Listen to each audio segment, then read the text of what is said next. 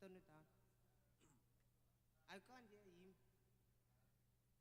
I can't also hear myself. I can't hear. We need to just...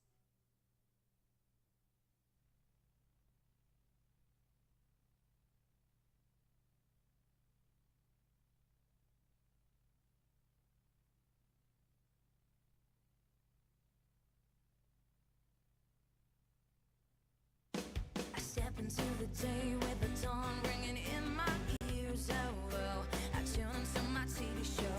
No better way, I gotta get myself into gear. Let's go. Oh, and I feel good today with my wake up in the morning espresso. I feel good today. It's my feel good breakfast show.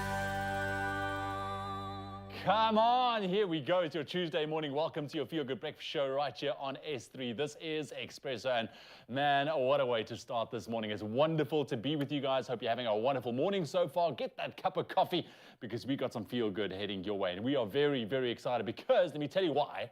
The fifth installment of the Indiana Jones film released this past Friday, and it really got us crazy for discovering and exploring deep down under. I mean, names like Harrison Ford, Antonio Banderas, and Mads Mikkelsen might get you reaching for the popcorn and slushy. Now, the thing is, JP was lucky enough to sit down with one of the bad guys, Mads, to chat about his experience filming Dial of Destiny. So sit around for that chat a little bit later on. And then also, while we explore the film, we also step into the shoes of an archaeologist by chatting to Professor Antonio Malan, a historical archaeologist and lecturer. So we've got a rather interesting show lined up for you this morning, so stay right where you are. Let's get this Tuesday morning underway and say good morning to my brother from another mother. Here's G. Good morning, sunshine. I know we're going to have to ask right off the bat. Please excuse us, we're going to be big, giant children today because we absolutely love it. I'm going to apologize in advance to all archaeologists as well because we've probably got completely the wrong notion of what it is to be an archaeologist, but we will find out today. Now, we love the fact that we get to dip into history, we get to dip into past cultures, adventures that have played out that have brought us to this point. So, in light of Indiana Jones and the Dial of Destiny, the fifth in the franchise coming out, we wanted to ask you guys, did you ever want to be an archaeologist just like Indy, a daredevil archaeologist that will go to any length to get that artifact, to save that day? I definitely wanted to be an archaeologist pretty much for my entire childhood because of Indiana Jones, and you can see it didn't take much to take me there. Okay, I don't know what I was looking for, the golden monkey. Maybe that's the 6th edition. But we want to hear from you this morning. In fact, are you headed that route? Are you studying archaeology or designs on that? We'd love to hear from you. 063-408-8863 or all of our social media platforms. Let us know. But let's talk about the current affairs before they become old history. And Ewan's standing by with the news, and then I'll touch on some of those sporting headlines. Thank you so much, Graham. That's right. Let's start off your Tuesday morning looking at your news headlines. And starting off with your national news this morning, SAFTU has reiterated his call for the arrest of a suspended Eskom executive.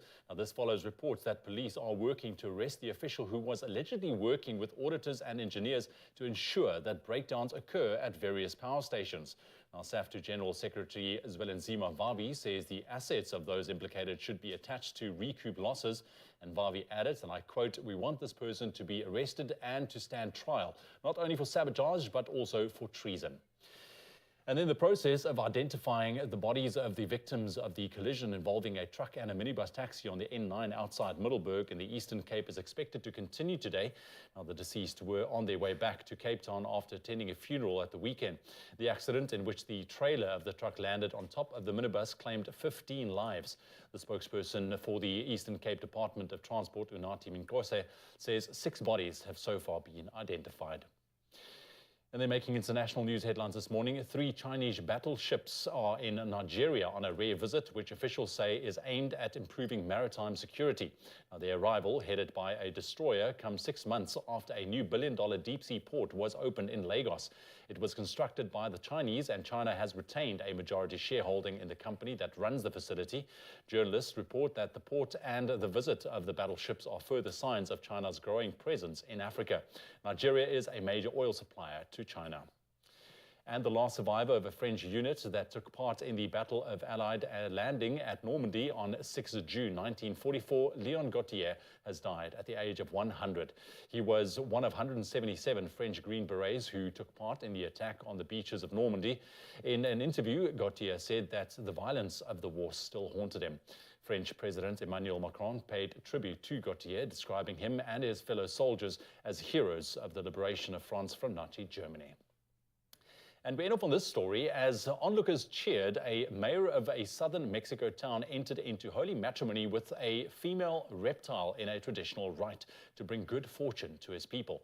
Victor Hugo Sosa, mayor of San Pedro in Huamulula in Mexico, took as his betrothed a reptile, reenacting an ancestral ritual. Now, the reptile was a caiman, an alligator-like marsh dweller endemic to Mexico. Sosa swore to be true and love what local law calls the princess girl. Unfortunately, the creature's snout was bound shut to avoid any premarital mishaps. Marriage between a man and a female caiman has happened there for 230 years. Interesting indeed. And that's your news headlines for the 6 o'clock bulletin. We'll be back at 7 right now. Here's Graham with the first round of your sports.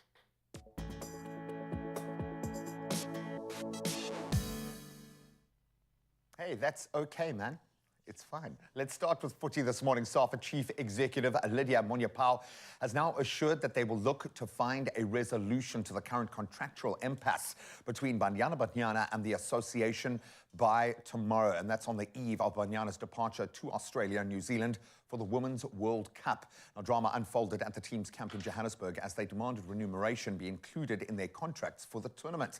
Gauteng Premier Panyaza Lesufi said to step in, or had to step in as mediator at Takane Stadium on Sunday as talks were held between the parties, including the Players' Union, to ensure parity. So we'll certainly watch that space.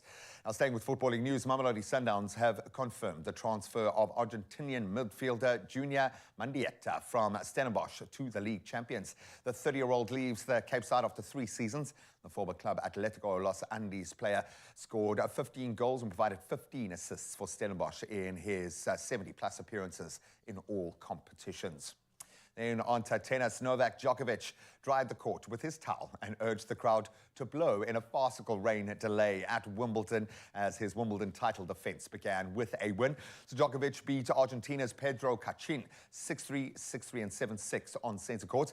But after the first set, there was no play for 80 minutes. And despite the closed roof, Djokovic dabbing the grass before ground staff used actual leaf blowers to dry it. Then on the women's draw, top seed Iga Swiatek laid down a marker with a dominant performance over China's Zhu Lin. Swiatek winning 6-1, 6-3 against the world number 34 ranked player, who was one of the highest ranked players she could have faced in her draw. That gives you a pretty clear indication of the direction she's heading. Then we move to cycling, back onto 2 wheels. Belgian's Jasper Philipsen carried his early season form into the Tour de France to win the 3rd stage. So perfectly set up by his teammate Mathieu van der Poel, Philipsen came out on top in a long sprint, beating German Phil Bauhaus and Australian Caleb Ewan, who were 2nd and 3rd respectively. In Britain, Adam Yates, who won the opening stage on Saturday, retained the overall leader's yellow jersey as the racer entered France through the Basque Country. And as always, we'll certainly continue to watch that space. But that's where we leave our sport for now. Brand new day, brand new weather. Let's see if there are any warnings to take in. Ewan's got the latest.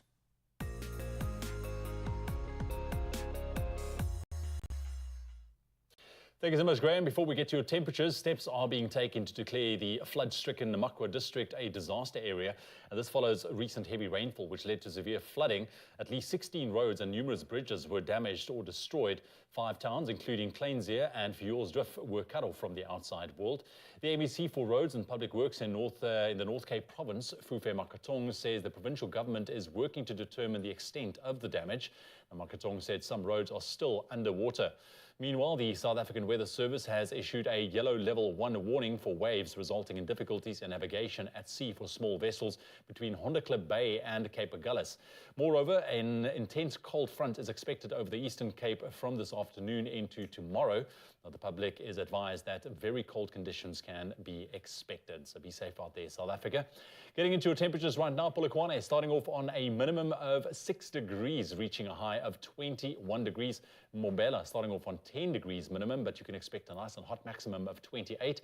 Pretoria, 6 and a high of 21. Johannesburg starting off on 14 with your maximum 19 degrees. Mahikeng starting off on 2 degrees minimum and your maximum 22. Klerksdorp, 1 and a high of 21 degrees. Kimberley starting off on around 0, nice and cold, but warming up to 22 degrees later on today. Bloemfontein, 4 degrees minimum and your maximum 21. Richards Bay, 16 and a high of 24. Pietermaritzburg this morning on 8 degrees minimum and a mild maximum of 25 degrees. Durban, 15 and a high of 24. Mthatha starting off on 6 degrees minimum, reaching a high of 22. East London, 10 and a high of 19. Cradock starting off on 4 degrees minimum with a maximum of a nice and warm 29 degrees. Gqeberha on 11 and staying cool with a maximum of only 18 degrees. George, 6 and a high of 15. Cape Town starting off this morning on 9 degrees minimum, staying cool with a maximum of 16 degrees. Worcester also on the cold side on 3 degrees minimum and a maximum of 18 degrees. Sutherland also very cold this morning, around 0 this morning, warming up to 16 degrees later on. And Uppington starting off cold as well, 1 degree minimum, but rather on a nice and hot maximum later on with 27 degrees. There we have it, nice and cold temperatures to start off this morning, but it looks like it will be warming up over parts of the country a little bit later on. Let's get into a sunrise views this morning, show you a bit of a taste of what some of your corners of South Africa looks like. Starting off with Lee Jean out in Paarl, beautiful, showcase this bold sky with orange shades. Looks incredible. Thanks for sharing. Mark, good morning. And George showing off these beautiful beams of red hues glimmering through the clouds. Also a stunning, stunning picture, and what a way to wake up. Christine, good morning to you. And Bethlehem stepped outside to share these red hues with us. And look at that. Stunning, stunning, stunning. And then also Nora and GQ feeling very grateful for this beautiful morning out on the beach. And that just looks like it's calling for a lovely stroll. Thank you very, very much for sharing those pictures. It looks absolutely beautiful. We want to see more. Please share those views with us on our WhatsApp line 0634088863. That's your weather. We'll be back again just after 7. Yes, my friend, and we are going back in time today. We are celebrating a franchise that has gone on for almost 40 years or just beyond that. Indiana Jones is still doing what he does best. And of course, he is tackling the Dial of Destiny. In the latest edition, JP Sebastian has done a deep dive. Now, apart from the fact that he gets to interview, I think, one of his favorite actors, Mads, and he reckons it's one of his best, which I cannot wait for, we are going to explore the world of archaeology and ourselves dive deep back down into our past. So stick around. It's going to be that kind of show. We'll see you in a mo. At Total Energies, Can you please fill up? everyone gets the VIP treatment. Our Bonjour shop has all you need for your journey, including free Wi-Fi to keep you connected and fresh coffee for the road. And our new Total Energies Club lets you earn cash back with every visit. That's Total Energies.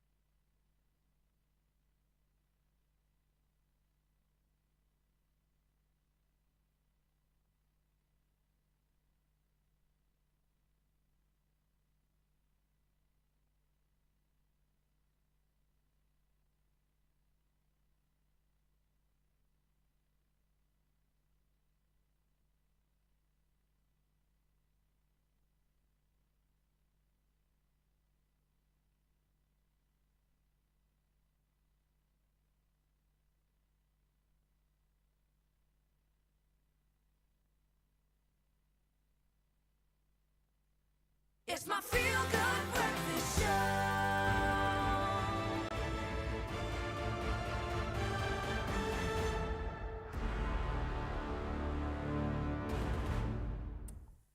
Yes, it's Movie Talk with JP Sebastian, and he is dressed up and ready to go, my friend. He's here to whip us into shape, literally. JP, just don't rip out my heart, my friend. I swear, you know what I'm saying. You catch my drift. You guys get him where I'm going with this, eh? Indiana Jones, the Dial of Destiny. You look very dangerous, my friend. It looks like you're about to jump in and go and explore some cave somewhere. Something very weird about Disney sending me stuff to be like, dude, you don't look rugged enough. Mickey Mouse being like, you don't have that manly look about Yeah, you. for sure. But you look good, my friend. But listen, this is exciting. I mean, Indiana Jones, the entire franchise, I mean, it all got us excited for adventure and archaeology and discovery, you know? Yeah, so I want to talk about the cultural significance of these things and what Indiana did maybe to the way people think about movies, maybe to the way people think about archaeology, et cetera, et cetera. Yeah. Starting off with the character itself. So this section I'm calling the man in this segment of Unearthing Indy, the man, the myth, and the meta. And so Indiana Jones is interesting. You first have to start off, obviously, with the man behind the camera, which is Steven Spielberg. Yeah. And Spielberg is the guy who gave us E.T., and E.T. is an important year because E.T. is an alien without claws, without teeth. And it was a flip on a reversal on the way we thought about extraterrestrial life, et cetera, et cetera. And in the same way, Indiana Jones comes along, and it's a different way of thinking about macho. What Spielberg is harking back to here, obviously, is the times of, say, Lawrence of Arabia. Ever you've seen a Clark Gable poster? He's always dipping a girl with his flowing billow with sort of like gowns and blouses on men and all that kind of stuff. But here, Indiana Jones feels like a break for a lot of people in 1981 in that he's a weasel at times. Yeah. He's self-interested at times. He can be arrogant, he can be aggressive, he can make mistakes. He sometimes gets the beat down put on himself too, which sadly is something that a conversation that we're only having now after John Wick. It's like, wait, heroes can get beaten up as well, but like Indiana is the person who sets the pace. Yeah. This movie is before Bruce Willis plays John McClane, gets his, butt beat to pate. And in the same way, Indiana Jones is this multifaceted, multi-dimensional character that I don't think that people were used to before. Men had everything sort of cracked and everything in shape and the trajectory of their own adventure mapped out before them as men of destiny, et cetera, et cetera. But he's a human. And Harrison Ford is this kind of actor who humanizes this character in a way that changed a lot of people's ways of thinking about the nerdy character. Yeah. And so very quickly, like the point being is that also before this, James Bond, you had Q, the quartermaster, the guy with the gadgets. And he was always the science guy. Spock is always mocked by Captain Kirk and McCoy because he's the nerdy science guy. Yeah, however, so you've got this imperfect, asymmetrical, man's mensch type man who Indiana Jones is, and at the same time an archaeologist who is given the swashbuckling cut of a hero that we hadn't seen in movies before, the science dude getting his place in the sun as well. Yeah. Well, you know what? Can I just first acknowledge that you fit this role perfectly.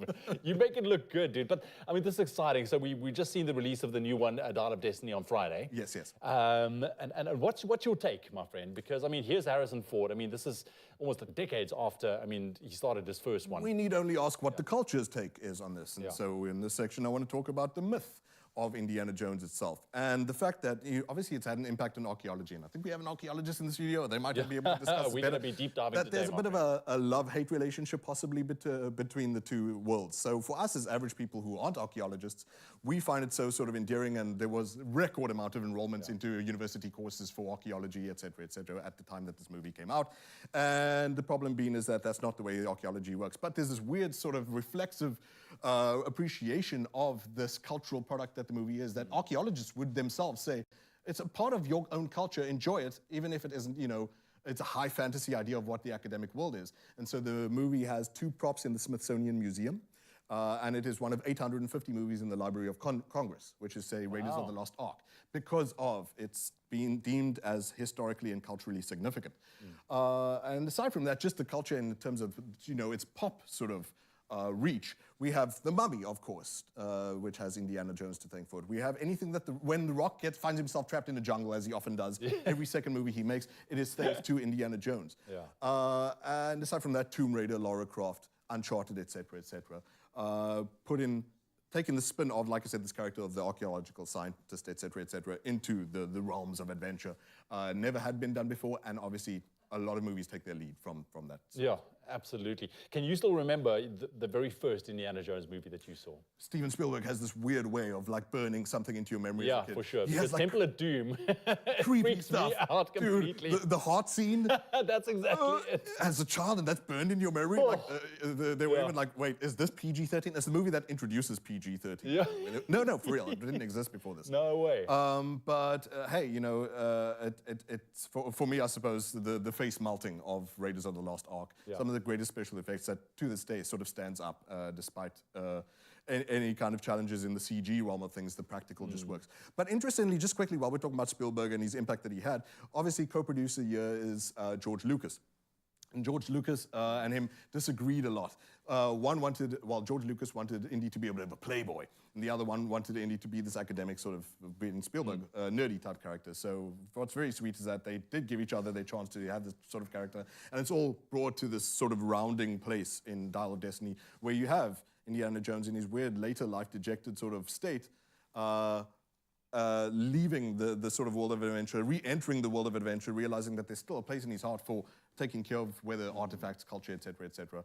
And you get to experience it out in the cinema. That's it. Well, I'm excited for it. But listen, Right I'm now. also excited for your chat with Mads Mikkelsen coming up a little bit later on. We'll see how that went down. Stick around for that with JP a little bit later on. Right now, we are discovering rather interesting and new things right now while cracking the whip. Our cameraman Rudy has gone pale. Not have pineapple on your pizza. Yes, it is the mystery of the pineapple on the pizza.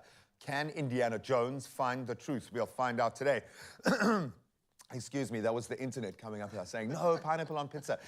We are all about preserving history in its original form. And pizza, probably one of the few foods that many can call their favorite. We love it. From delicious toppings to the base thickness, even the crust, I think it kind of divides us in two. However, a huge debate has been, I think, raging for a while now about whether pineapple belongs on pizza. Yes, this is serious stuff.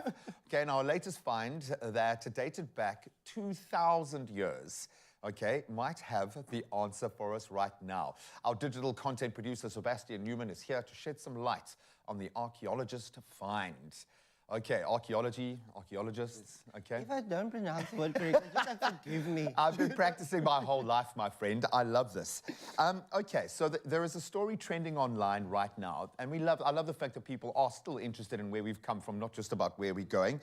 Who dug up a 2,000-year-old pizza, and is it still okay to eat? Because pizza can go the distance, eh? Maybe a small piece. But I'll just show you. So nobody dug up an actual pizza that was okay. 2,000 years old because, firstly, disgusting. Thank goodness. Why would you want to do that? So in Pompeii, they've got the archaeological Boom, no, you park. smashed it. You know what I mean?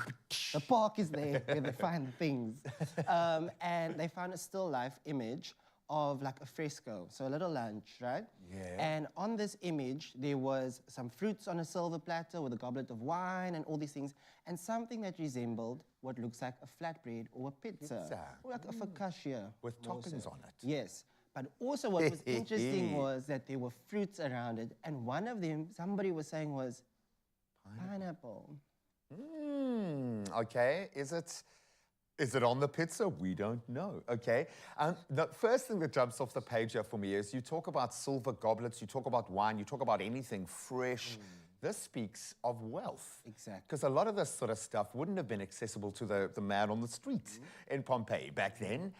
Have we got it all wrong? Could the pizza be the mark of higher living, of a different economic set? Because we kind of always associate the pizza with pretty much the baseline. It's like a cheap food that you can go and buy, right? Yeah. But so basically what they were also saying in this discovery was the fact that it was on the silver platter and it wasn't usually that type of thing, but it was served as an accompaniment to the other things. So it was seen as like a gift for the royals of the time, Okay. almost as an offering. That And they put the pineapple on the side so they didn't have that pineapple on the side. that awkward question of, do you want the pineapple on your pizza? Then the whole thing just is ruined. So they're like, well, just leave it there on the side. If he wants it, then he can put it on the pizza himself. But you see, the option was there years ago already.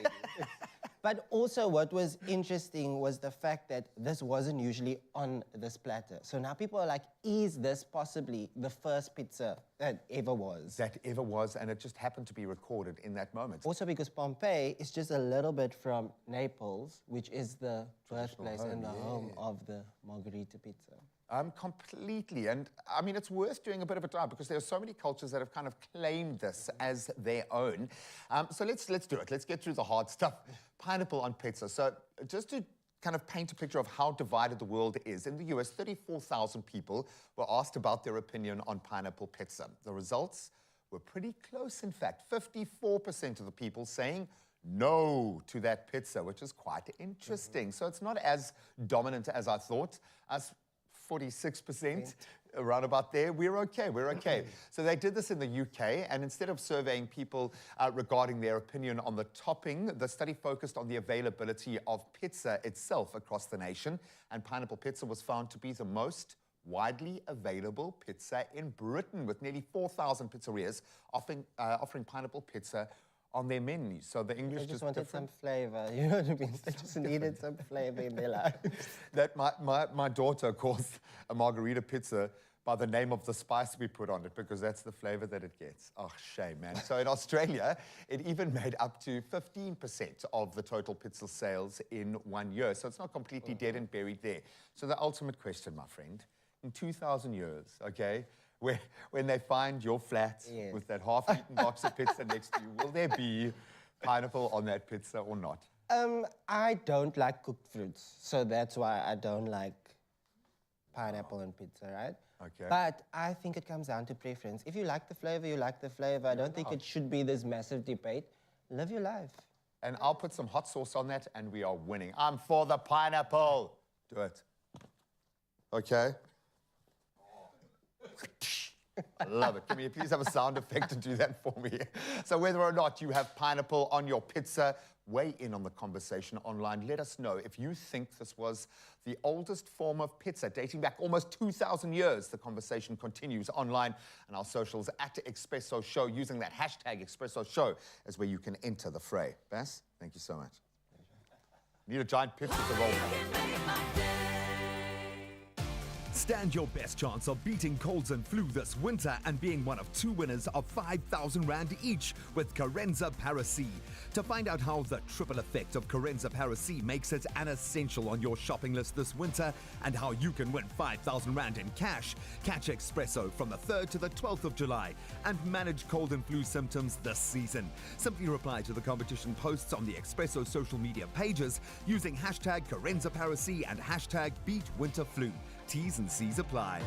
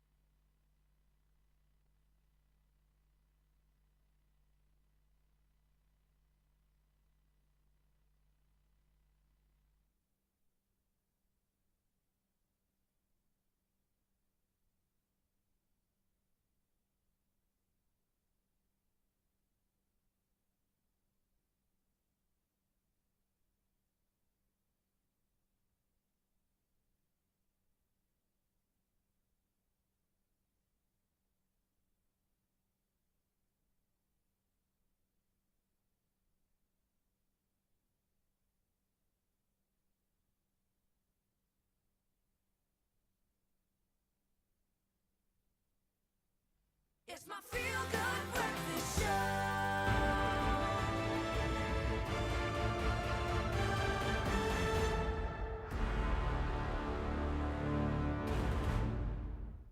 Welcome back to it, and we are excited here on your Feel Good Breakfast Show Expresso on S3. We are keeping it all things indie as the fifth movie in the classic Spielberg series does the cinema circuit, and we are here for it. But even in The Dial of Destiny, every archaeologist needs an arch nemesis. Now, enter one of the most evil to enter it, and you know from Doctor Strange, I mean, James Bond, Casino Royale, and easily our most delectable Hannibal Lecter yet, Mads Mikkelsen.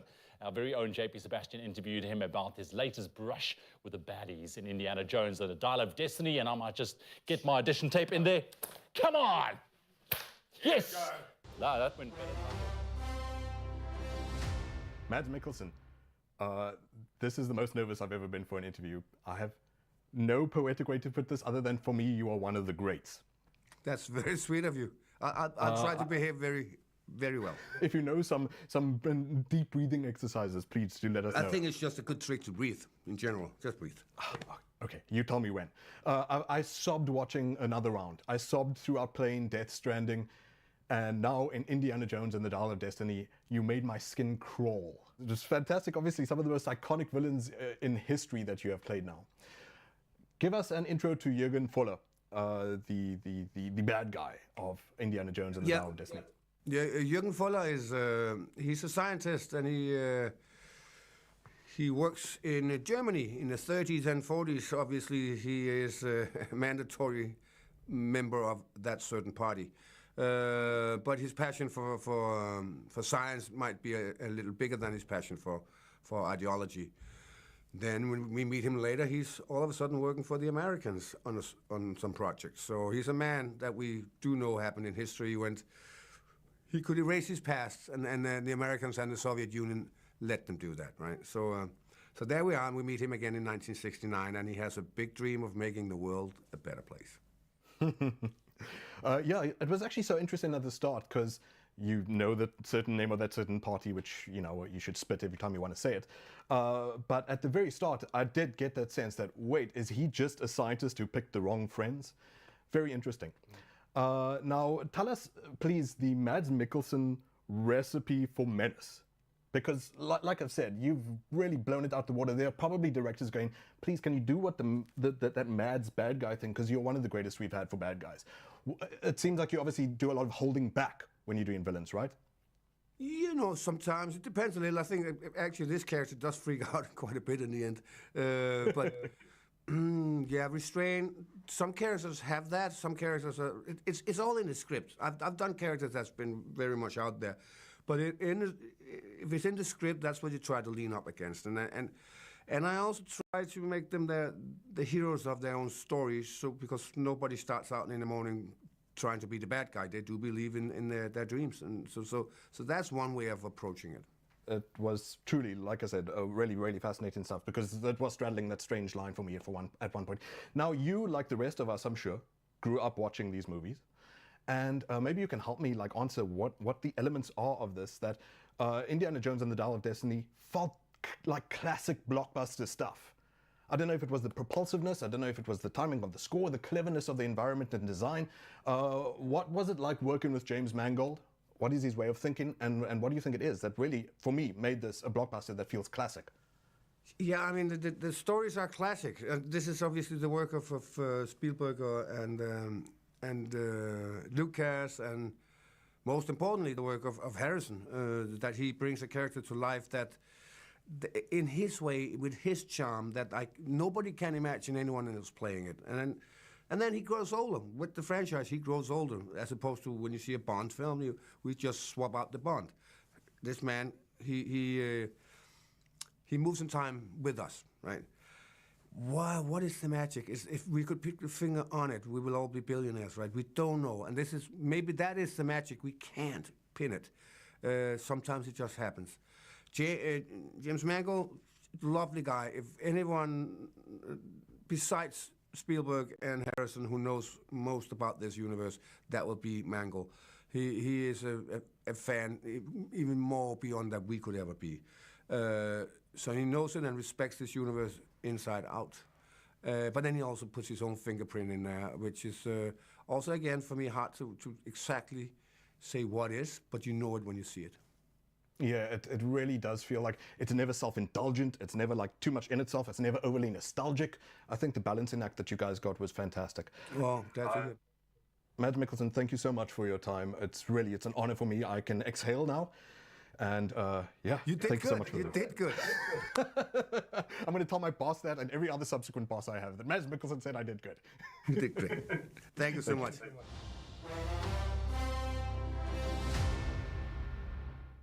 Man, what a moment.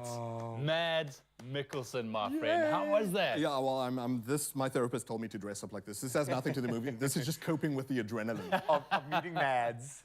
What a man. Guys, no, seriously, like one of the greatest living actors that we've got. For So sure. knock me off my socks, but And a sweetheart, just a lovely guy. you know, and that's some of the greatest sort of celebrities to meet is people who don't give a darn about that word celebrity. They're just humans, people, persons, mentors who are interested in talking with other humans. Nice to come. He just loves what they do. But speaking see about that loving clearly. what they do, I want to ask you guys. So Indiana Jones had an indelible sort of fingerprint on I our think childhood. on most people. You spoke about that traumatizing scene. Oh, that Expand on moment. that. I mean, I was a Expand on that. youngster. What was the most memorable? And I know it freaked me out, man. And in that Temple of Doom, and with a heart in their hand and rip it out. It's like it's etched into my memory forever. It's one of those moments that you just can't unsee. But it left a mark, and it kind of just like, oh my goodness. Look, Indiana Jones, and it is a phenomenal franchise, and it's so exciting.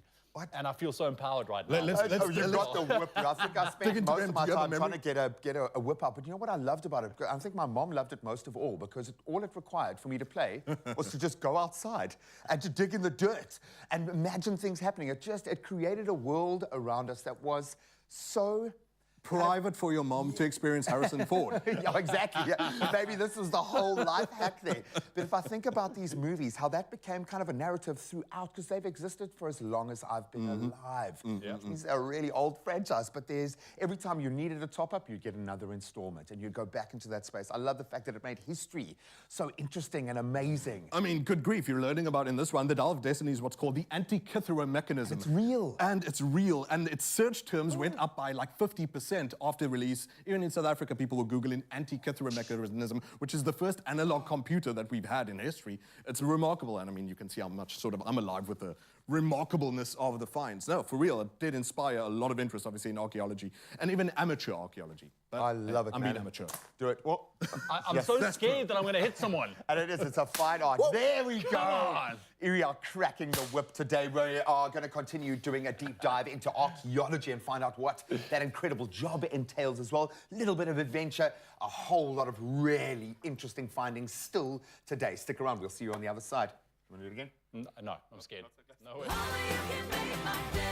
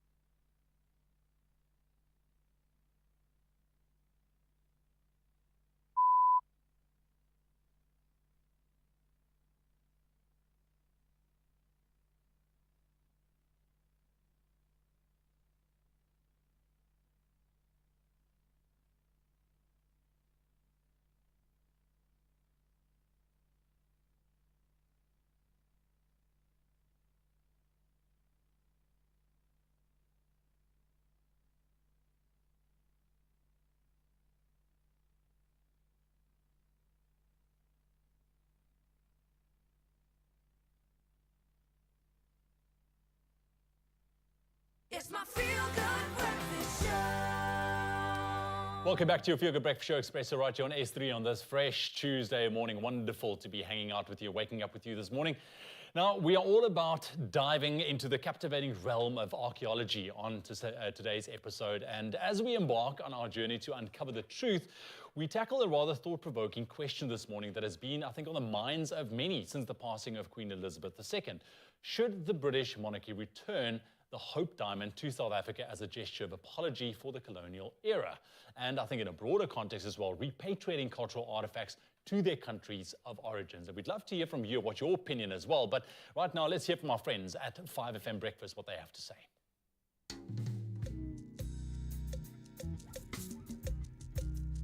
Hey Espresso, Dan Corder here with Madly Van Eden and Thabo Baloy from 5FM's Breakfast Show 5 Breakfast, and we have been asked to, and we want to talk about the Cullinan Diamond. For those of you who don't know, it's also called the Star of Africa Diamond. It's the biggest diamond in the whole world, and it was taken from a South African diamond mine in, was it early 1900s, Thabo? Late 1800s? Yes. And taken by largely, let's be honest, English colonizers back to England and given to the king and the Queen. And you would have most recently seen it in the hands of King Charles. So there's been a huge chat across South Africa and indeed the world about whether or not it should be returned. Is that fair, Thabo? Yeah, sure.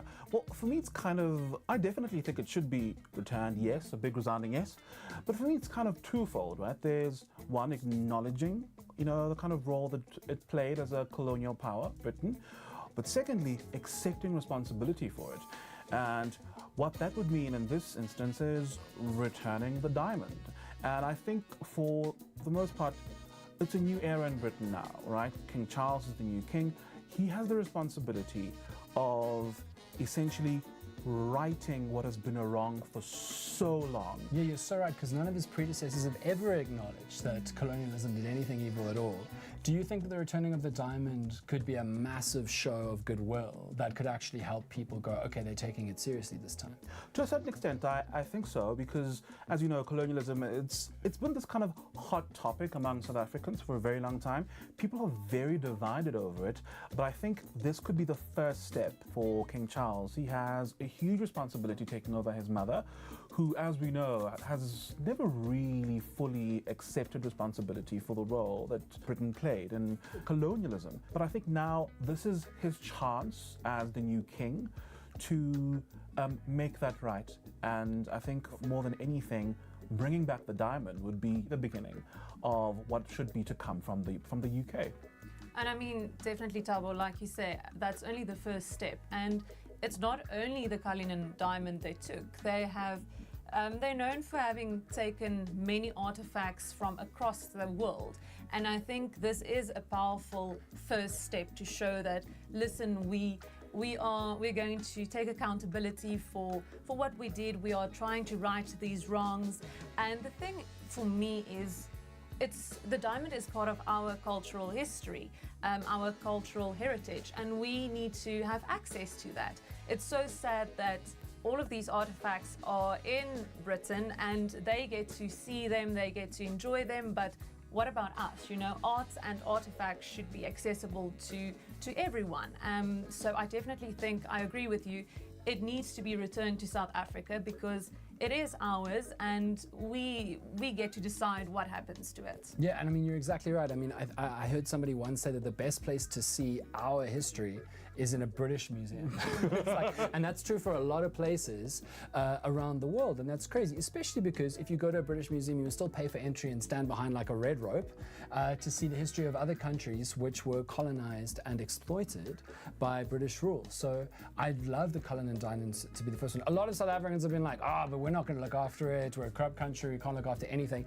And I just want to say, that's not the point, because when somebody has been robbed, you don't say, okay, we'll only give you back the thing we stole from you if we think that you'll look after it the way we want to look after it. That's literally insane. So to anybody who's running that argument, I would literally rather South Africans had the Cullinan Diamond and we chose whatever we wanted to do with it than it sit in the hands of, respectfully, an old guy who was born in a certain family and therefore got a big wedding. Is that unfair, Thabo? Yeah, sure, makes sense. But also, I wonder what then, let's say, does come to South Africa. where does it go? Do we put it on display? That's what's interesting. Right? Does it become like our new national treasure? Because it would be, I guess, enhancing for our history. It has to be publicly owned. It's not going to a person. Yeah, no, definitely. Yeah, Dan, you actually you mentioned the point now where a lot of people have this debate that no, the diamond shouldn't be returned because we in South Africa won't be able to look after it, apparently. But I always think of those arguments and then I think, but why would people say that? Because I actually think we have a history of looking after things well in museums. I mean, we have many amazing museums. In Cape Town, there's at Groote Schuur Hospital, there's the Heart Transplant Museum. In Kimberley, there's the Big Hole with a lot of artifacts also stored there. So I don't relate with the debate that we aren't going to look after it. Totally. And the last thing I'll say on that is, if you talk about something being looked after badly, I would argue the British are looking after things very badly right now. Because the wrong way to look after something is to give it to one guy and not allow anybody, even from the country of origin, to appreciate it. And this also applies to museums. So that's what we think. You can let us know what you think. Thank you so much, Expresso. This has been 5FM's Breakfast Team. My name is Dan. That's Madly and Tabo. We're out. Thank you very much to the 5FM Breakfast Team. I think it's a rather thought-provoking question. Should these historical artifacts be returned to their countries of origins? And up next on your Fugo Breakfast Show, we do have the experts in the house to shed some of their thoughts on this matter. There's just no getting around it. This triggered me. There were a couple of really well-publicized moments that the world got to share in, i.e. just more gold than I think any of us have ever seen during a coronation. That if I'm this triggered, you can imagine someone whose past is steeped in that history, how much of a trigger that becomes. Over the decades, there have been public cries for international museums to return artifacts, particularly those originally from Africa, because we know what narrative that forms a part of. Now back to their native countries to address historical injustices. And what has this process, the discussion that's been born out of that, the repatriation looked like over the decades? Well, we're going to find out.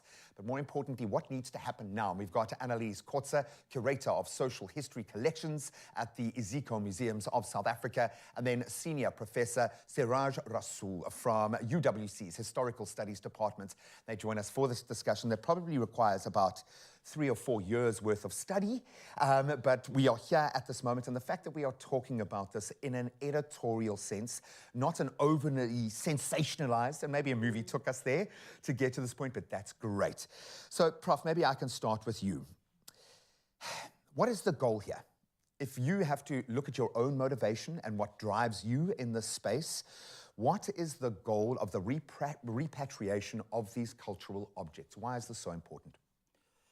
Well, this is a very important stage in the achievement of sovereignty in the aftermath of colonialism. Coming of age, yeah. The coming of age, becoming independent and acquiring the right to determine the future of your own material culture. That was acquired through looting or through immoral means under colonial conditions. And so this is a part of a broader reckoning with the legacies of colonialism that we still live with. I'll talk about fishing rights off the coast of an impoverished country. They'll give the entire fishing rights away to clear a little bit of their debt. The exact same system is playing out. It's not about the past, it's about how it's lived now in our current status. So I understand the relevance of it completely, but we have to do a bit of digging. And when we look back at museums, kind of have a free pass because it's a museum, it's a cultural expression, it's a no man's land for politics and sensationalizing. But it's a representation of the politics of that time. And so many, if not all of these artifacts were probably gained through the worst, as Prof has pointed out, through war, through looting, through that kind of trade. To what extent do you think this is prevalent?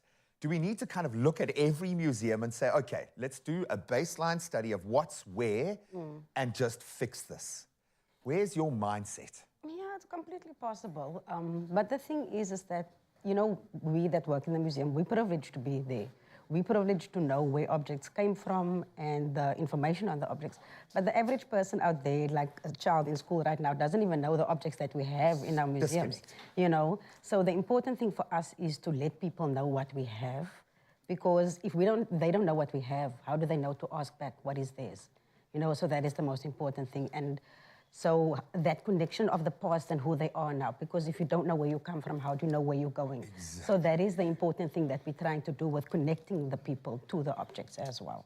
And young people need an anchor in the world. That's we need to know where we are coming from, especially in this polarized, crazy world that we exist in. What I love about history, it gives you a chance to embody it in a person.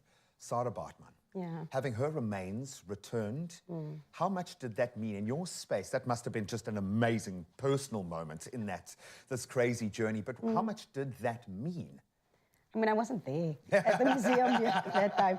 But still, you know, it was such an important thing. And when I started working at the museum and I realized that we actually had a crate which carried her coffin from Paris to South Africa, I was like, this is an amazing object that we just have to put on display. And then I did it. I put it on display at the castle, but also with the types of boxes that we have that actually hold ancestral remains in our spaces.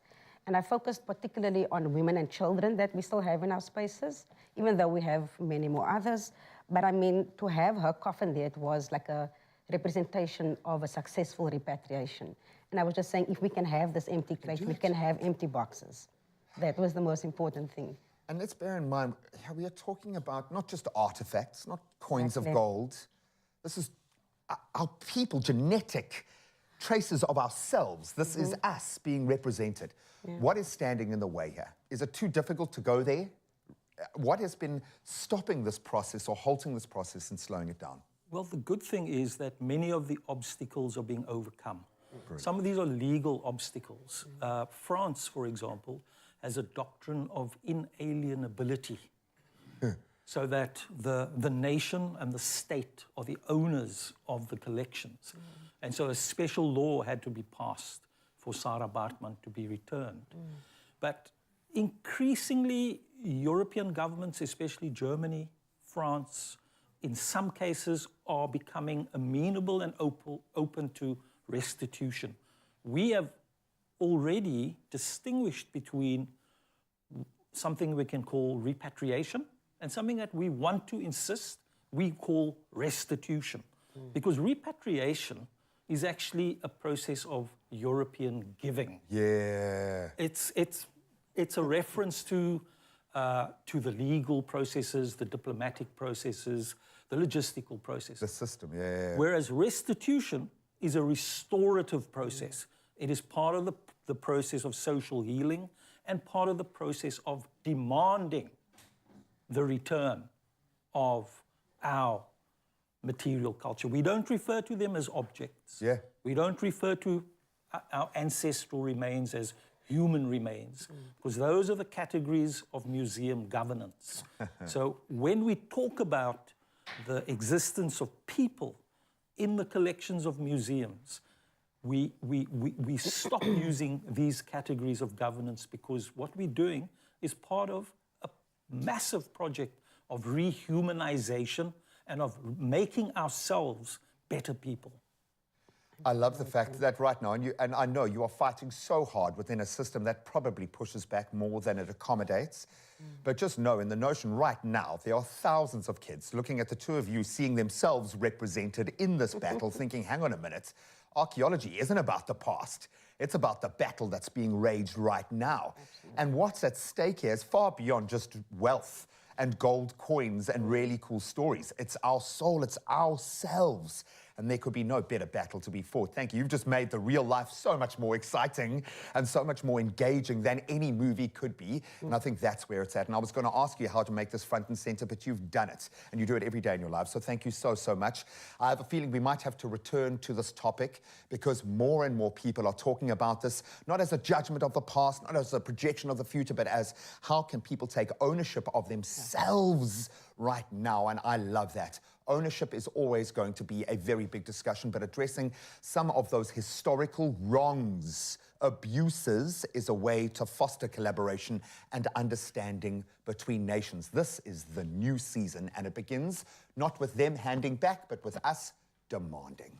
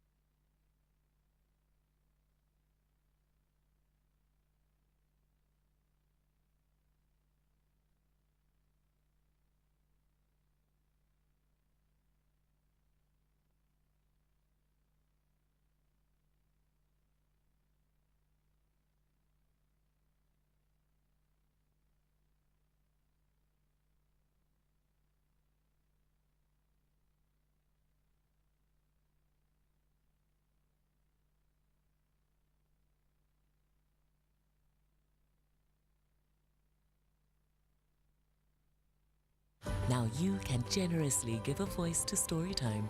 Visit our library of homegrown audio stories at cadbury.co.za.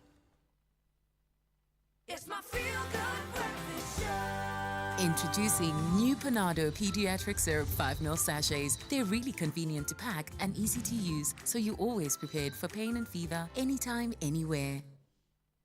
So before we delve back into the current affairs, let's share some love. And the love a mother has for her son is boundless and unconditional, and it knows no limits. And we wanted you to nominate your amazing son for a special dose of care, giving them the chance of winning 2,000 Rand. So a massive congratulations to our winning pair of mom and son today. Can we get a massive round of applause for Shaquille Creel? Congratulations, Shaquille.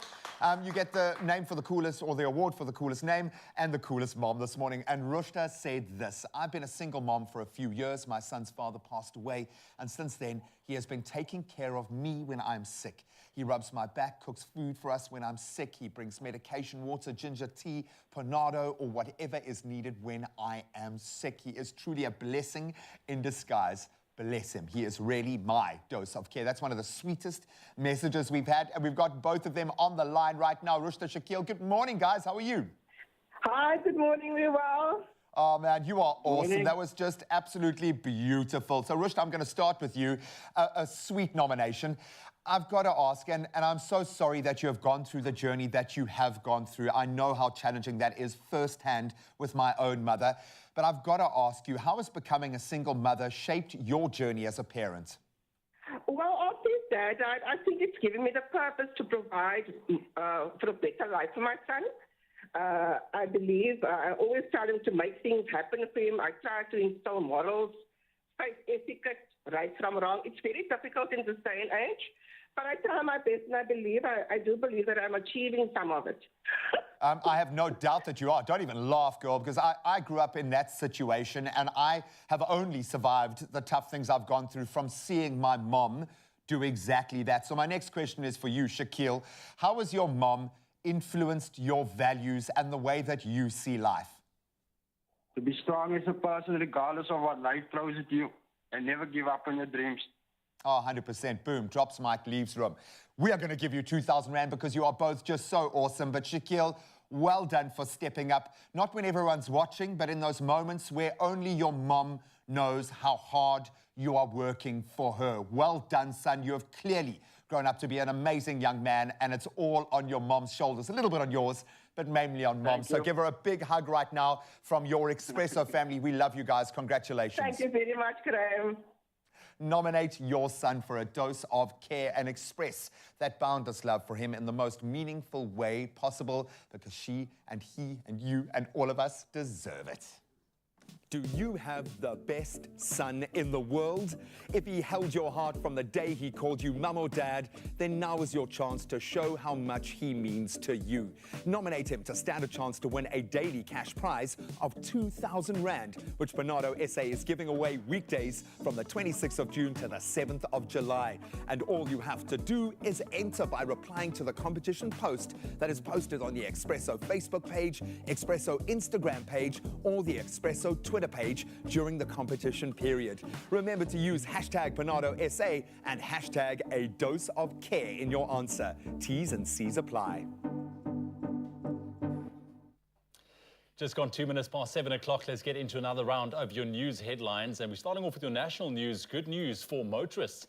The price of petrol will drop by between 17 and 24 cents tomorrow, but all grades of diesel will rise by 12 to 18 cents per litre.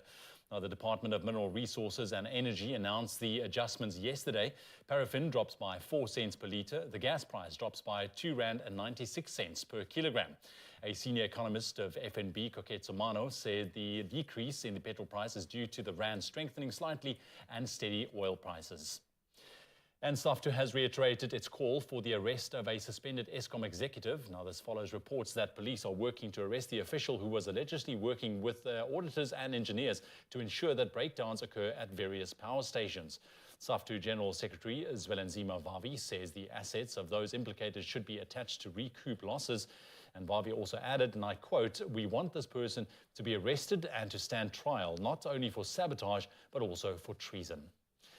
Then jumping over to international news headlines this morning, there have been intense exchanges of fire between Israeli forces and armed Palestinian militants in the Jenin refugee camp in the occupied West Bank.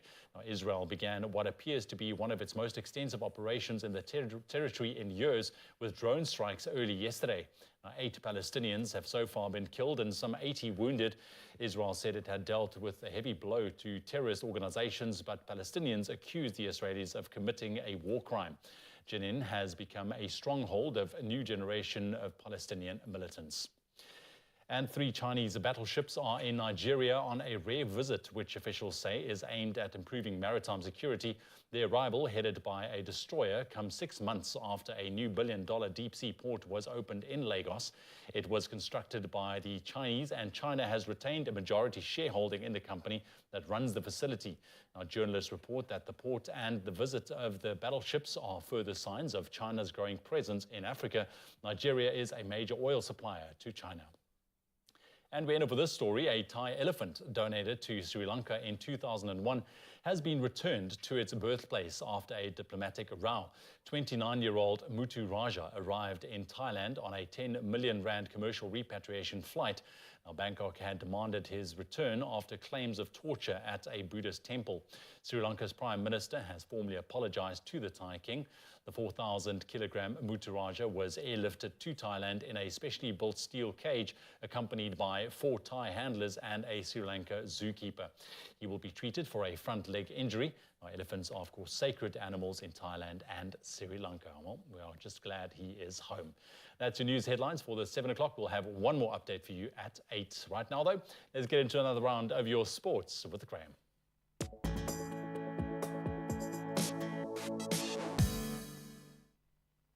Thank you so much, Ewan. Let's dive right into a bit of a storm that's been raging this week on the sporting front. SAFA Chief Executive Lydia Monyapao has assured that they will look to find a resolution to the current contractual impasse between Banyana Banyana and the association by tomorrow.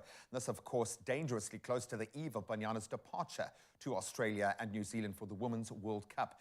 Now, drama unfolded at the team's camp in Johannesburg as they demanded remuneration be included in their contracts for the tournament, which is unheard of, the fact that they are even making this request at this stage of this particular story's life cycle. So Gauteng Premier Panyaza Lesufi had to step in as mediator at Sakane Stadium on Sunday as talks were held between the parties, including the Players' Union, to ensure parity. We'll certainly watch that space as the clock ticks.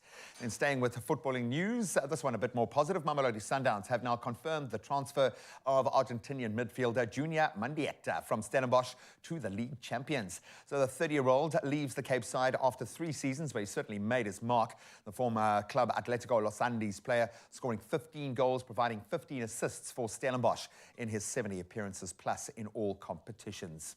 Then we are back on the grass of Wimbledon and we love it, but not as much as Novak Djokovic. He even dried the court with his towel and urged the crowd to blow in a farcical rain delay as his Wimbledon title defense began with a win. So Djokovic beat Argentina's Pedro Cachin 6-3, 6-3 and 7-6 on centre court. But after the first set, there was no play for 80 minutes, despite the closed roof, with Djokovic dabbing the grass before ground staff used official leaf blowers. Then top seed Iga Swiatek in the women's draw, she laid down a marker with a dominant performance over China's Zhu Lin. Swiatek winning there 6-1 and 6-3 against the world's number 34 ranked player, who was in fact one of the highest ranked players that she could have faced. So I assume she's going to march on. And then we are loving the fact that the tour is back in action. And yesterday, it was Belgian Jasper Philipsen who carried his early season form into the Tour de France to win the 3rd stage. So perfectly set up by his teammate Mathieu van der Poel, Philipsen came out on top in a pretty long sprint, beating German Phil Bauhaus and Australian Caleb Ewan, who was 2nd and 3rd respectively. Then Britain Adam Yates, who's begun brilliantly. He won the opening stage on Saturday. He retained that overall leader's yellow jersey as the race now enters France through the Basque country. It's going to get beautiful. It's always beautiful, and we love that as well. So we'll continue to watch that space, but for now, let's head on to the roads. They should be waking up. Ewan's got the latest on that and the weather.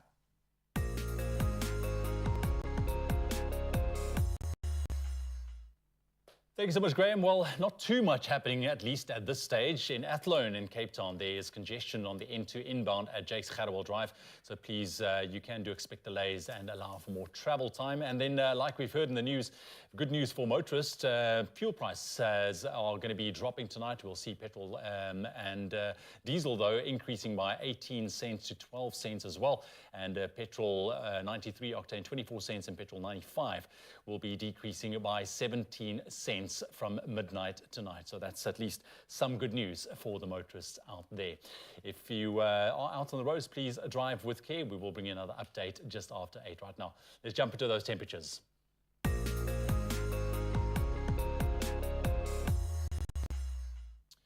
Before we get into your temperatures this morning, a quick news story. The city of Tshwane says it's observed an improvement in most of the reservoirs that were affected over the weekend due to the power blackouts that impacted the Rand water pumping systems. And this has led to the Garsfontein and Laudium reservoirs running dry. City spokesperson Lindela Mashigo said the reservoirs have now recovered at least to 54% and 90% respectively. However, some of the areas that remain affected include Centurion as well as new reservoirs, namely Mooikloof, Klapperkop, Nandi and Lotus Gardens, which are at critically low levels or empty. Meanwhile, the Minister of Water and Sanitation, Senzo Mchunu, says a deal totaling some 25 billion rand has been concluded with some mining groups as part of the development of water infrastructure. Mchunu said the project has to be completed by 2030. Its aim is to cooperate with the private sector to improve public infrastructure. And with that news, let's jump into your temperatures of this morning. Starting off with Polokwane, starting off on 6 degrees minimum and your maximum 21 degrees later on today. Mbombela on 10 and a warmer 28 degrees. Pretoria 6 and a high of 21. Johannesburg starting off on 4 degrees minimum, nice and cool and staying cool with a maximum of only 19 degrees. Over in Mahikeng, it starts off on a minimum of 2 degrees and a maximum of 22. Klerksdorp 1 and a high of 21. Kimberley this morning around 0, warming up to 22 degrees maximum, and Bloemfontein starting off on 4 degrees minimum, also a warmer 21 degrees, so -4 rather this morning, very, very cold. Richards Bay starting off on 16 and a high of 24 degrees. Pietermaritzburg 8 degrees minimum and a maximum of a mild 25. Durban on 15 and your high 24 degrees. Mthatha 6 and 22. East London this morning starting off on 10 minimum and a maximum of 19 degrees. Craddock starting off on 4 degrees minimum, reaching a maximum of 20 later on today. GQ, Gqeberha on 11 degrees and your maximum 18 degrees. George starting off on 6 degrees, staying cool with a maximum of only 15 degrees. Cape Town this morning on 9 degrees minimum and a maximum of 16 degrees. Worcester on 3 degrees, reaching a high of 18. Sutherland around 0 this morning as well, staying very cold with a maximum of 16 degrees. Uppington also starting very, very cold this morning on 1 degree, but a nice and warm maximum of 27 degrees later on today. That's your temperatures for today. We'll have another update for you just after 8 o'clock. Right now, let's quickly jump into some beautiful sunrise views.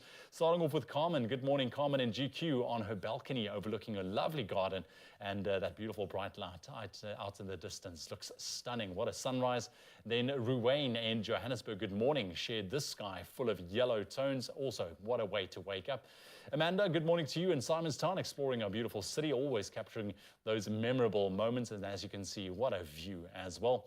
Good morning to Nancy. Governor sent this moment in. I mean, look at that. I don't know what words could actually describe how incredible this photo is, all the way in Pennington. What a beautiful sight. Thank you very much. Please continue to share those morning views. It definitely puts a smile on our faces. You can do so with our WhatsApp line 0634088863. Thanks a lot. Oh, thank you so much, Brother Bear. Those beautiful sunrise views, the perfect opportunity to press pause. It's time to spill the beans. There we go. There it is. There It's we time go. to listen to my voice even more. Thank you very much. I love it, buddy.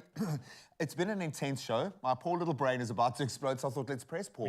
We need a moment. Okay, and make it even more difficult, because we're going to discuss love, my friend.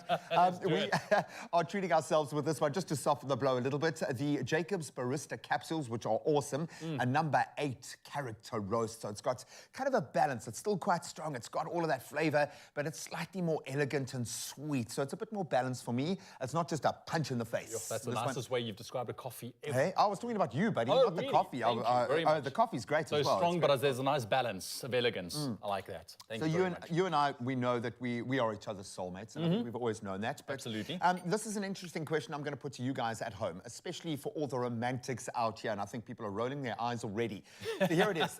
Do you honestly and truly, in your heart of hearts, believe in the concept of soulmates? So before I put it to this guy, we put this question out to you at home as well. Let's see what the people had to say, my friend. Let's see. All right. Let's have a look here. Okay, so we have Gary. Gary, I actually do believe in soulmates, but Oh, it wow. doesn't mean that you have to physically be with that person. Oh, wow, that's an interesting take. In my view, it just means that you were mates in a previous life. Sometimes you see or meet someone and you feel an instant connection. Oh, wow. Right, Okay, I see I'm where down you're with coming that. from with that. Okay, I'm down with that. Vanessa saying, yes, I just found out it does exist, lol. I'm so happy at the age of 54, lol. Don't lol your way around that kind of comment, man. That's beautiful. Ruth says, yes, I do. Very, very excited there. I had a soulmate. We were so close. I could sense if something was wrong. Even when we're not together, everything we went through was scary and magical at the same time. You see, that is soulmates. You get that chemistry, Is man. that You get connection. that chemistry. I love that. Annalisa Swartboy saying, yes, I do. Full stop. I went for a stroll. My cousin and his friend was busy flirting with me all the way. He got my number, my cousin, and contacted me, and we met, and then I knew that he was my soulmate. And today we are happily married and still soulmates. I love him so much. No. I love him so much. I love the way she had to add the little I love him so much. I love him so much. Yeah, like I've got an interesting one. I've got a very Grahamism way of thinking about this soulmate issue. But Grahamism yeah, for I us. had a vision of meeting my girl, you know that. And I knew she would be this blonde English girl and that I would be done for. And when my agent phoned to say we're doing Strictly, I was like, hey, just make sure she's not married, please, because I have a feeling this is what's going to happen. I remember. We met Yeah. and it happened, and that was that. And that was that. I knew. I absolutely knew. So you do believe in soulmates? I do. And my crazy life had to bring me a crazy journey to meet her. Yeah. But we did it in front of 7.5 million people. That's how we hooked up. But when you met, there was just something different, right? Long before. I knew it. Yeah, man. you I knew it. Yeah. Yeah. Look, I do truly believe in soulmates. I mean, I've had some awesome relationships in the past. That chemistry and connection. Yeah, but there was this weird, instant, I can think connection when I met my wife. Like, I mean, You were in another relationship, hey? I was in another relationship, but things were just completely different. I don't know how to describe it, but you almost feel like the stars aligned. Yeah. You know, for you, and everything just felt right. It's very difficult to explain to somebody unless they've actually experienced that. Something like that. Yeah, but I mean, for me, I do believe there's that special person out there that is just so in tune with who you are, and that to me is a soulmate. Yeah. Yeah. And the crazy thing is there might be more than one. We all live in seasons. So here's a crazy notion, just a Grahamism to throw the whole thing up there. You know, we always look at time as this linear thing that in the future we'll meet our soulmate. Past, future don't exist. No, dude. Time is four-dimensional. Yeah, well, this is the thing. It's the lived experience right now. And if that's your truth and that's what's making your relationship beautiful, then great. So perhaps you think the concept of soulmates is absolute nonsense and you're still rolling your eyes for the rest of the day. You're just going to be, oh, that's fine. Okay, we want to share your story and spill the beans with us. And you might just win something. So just try, embrace the inner romantic. You can enter on the Expresso Facebook, Twitter, or Instagram pages using the hashtag with Jacobs. And the next lucky person will win a Jacobs coffee hamper plus a KitchenAid kettle worth an incredible 5,990 Rand. That is an amazing kettle. Almost 6,000 Rand. Yeah, almost, man. For all the T's and C's, you can visit expressoshow.com. Go and ask your soulmate to go and enter on your behalf right now. Good luck. To soulmates, my brother. To soulmates. With Jacob's Barista Editions, every bean, every roast, every cup is in a class of its own. Jacob's Barista quality in whole beans and new aluminium capsules in 3 exciting flavors. Try now. Choose a rate of up to 8.8% with the Nedbank electronic 32-day notice account and stand a chance to win up to 50,000 Rand with greenbacks every month. Open your account in less than 2 minutes on the Money app. Join the bank that's best for your savings goals.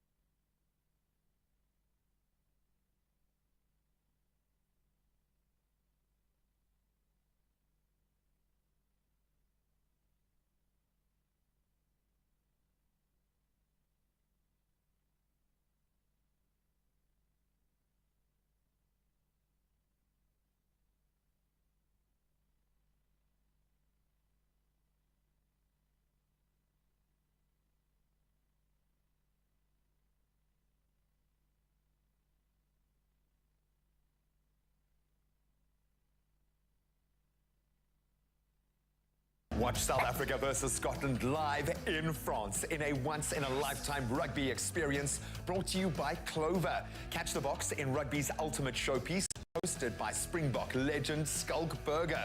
5 lucky winners and their partners will be winging their way to France. Plus, take a cruise to the Mediterranean island paradise of Ibiza. Buy any Clover product to enter. Watch Expresso Breakfast Show every weekday morning for more information on how you can win. Made with love by Clover. It's my feel-good breakfast show. Welcome back. Thank you so much for rejoining what has been a crazy but a wonderful and enriching conversation this morning. So let's continue on that trend. Love is not just about finding the perfect person. It's about building the perfect or imperfectly perfect relationship. It's not the initial amount of love that matters, because there's always a lot of that, but it's the love that we cultivate over time. And if you don't understand what I'm talking about, you're probably too young.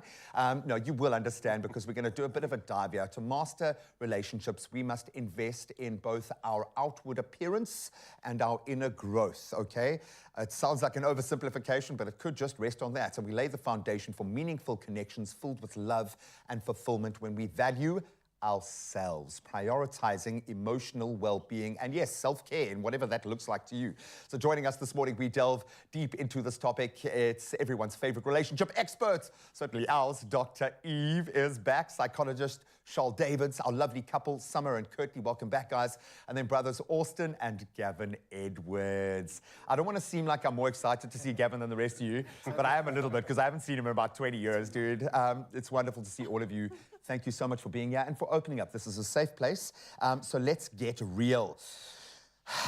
Misconceptions about relationships. I've heard that it's the lack of meeting expectations that were initially laid out that forms the big downfall. But in your experience working in the coalface, why are relationships so difficult? Dr. Eve, go. 5 hours. It's yours. Thank you.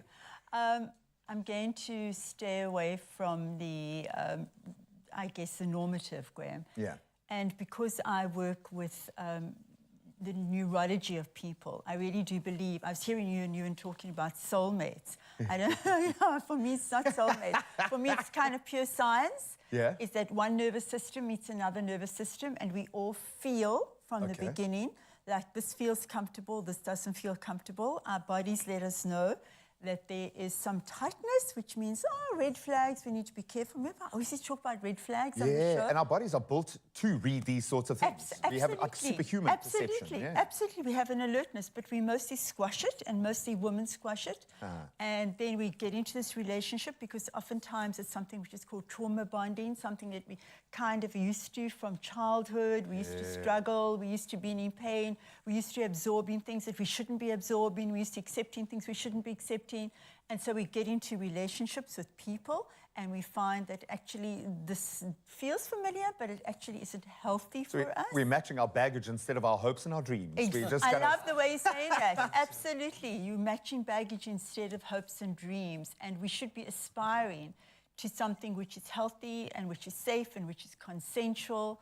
And that would make for a relationship in which people can connect with each other in a healthier way. Yeah, because when you're a team, it's so much greater than the sum of the parts. Look at your hands, so this is what relationships should bring, is expansiveness into your life. Not make your life narrower and limit you, and you can't do that, and you shouldn't do that, and you shouldn't be hanging out there. It's about control. Exactly, the control. So we want expansiveness, for you to be in a situation where you can be the best of who you are. Okay, I love that. Before you start charging me, because you charge us, I think, by the 7 minutes, so we can stop you there, Charles. I hope you're writing notes, guys. Then how do we get this right? How do we lay the foundation when entering into a relationship? And I know marriage is slightly different than other relationships in that sense, but what should we be starting with when managing these expectations when two people come together? So, Graham, I think the major thing is that people must remember that we, this phrase that we're together in our separateness. Yeah. Because the problem is that we try, people, what I find, people enter relationships and it's about, I'm going to change him or her. And that's where the problem Panel beating. And that's sometimes where the difficulty is, and it's about because you have to be yourself within a relationship, that we do things separately, but that we also do things together and find what is that togetherness that actually makes us grow. And that, I think, is it. And I mean, Dr. Eve is now speaking about that. We go into relationship with our baggage. Because remember, where do we learn about relationships initially? It's a lot of times from our parents and Not the what we're adults in told, our it's life. what we see, Right?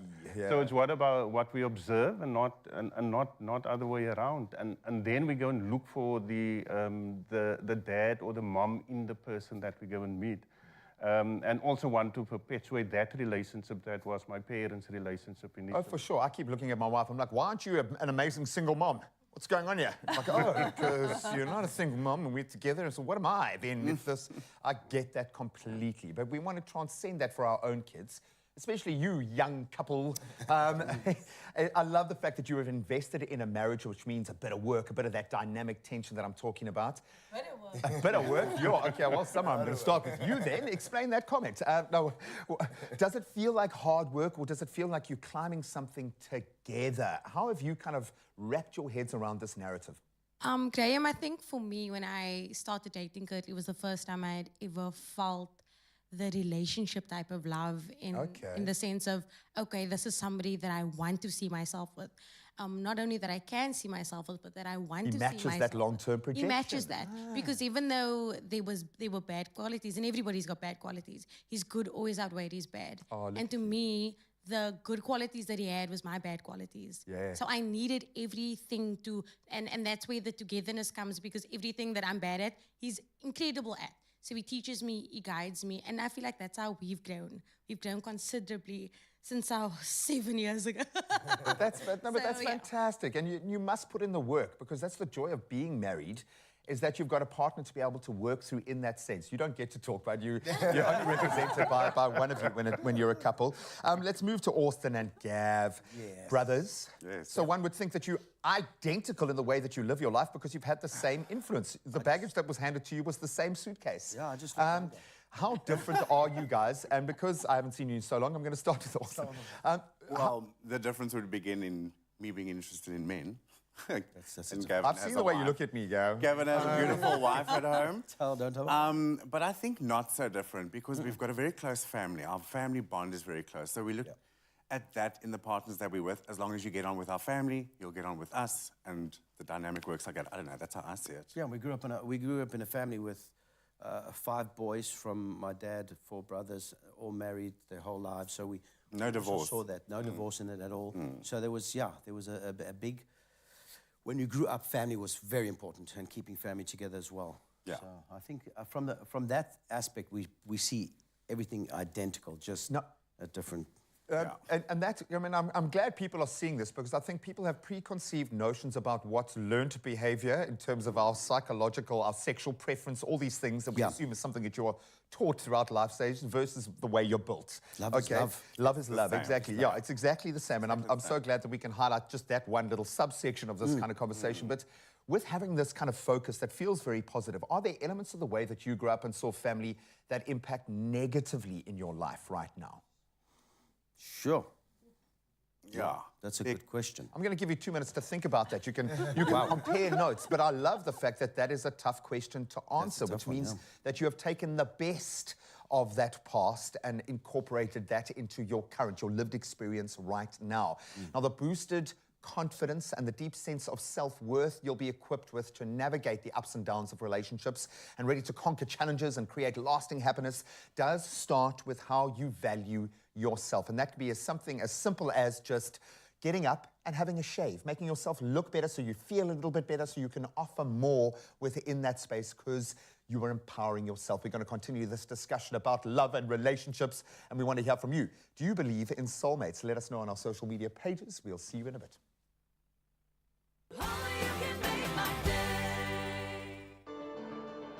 Are you the face? We're looking for 3 fabulous women to be the face of Gynagard. Win a Fiat 500, 50,000 Rand cash, CoverGirl status, and so much more. To enter, buy and try any Gynagard product and tell us about it at faceofgynagard.co.za. You could be the one.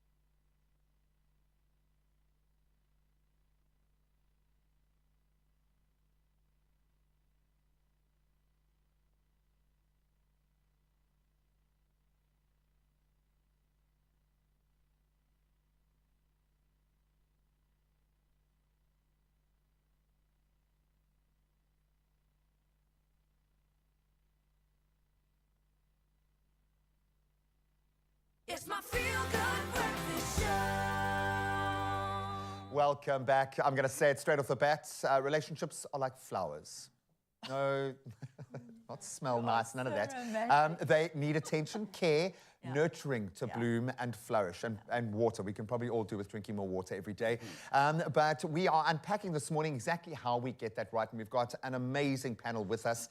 And we are getting into mastering our relationship game. And someone else who has, I think, given a lot of advice when it comes to relationship and marriage is Canadian psychologist who was mentioned just a second ago, Jordan B. Peterson.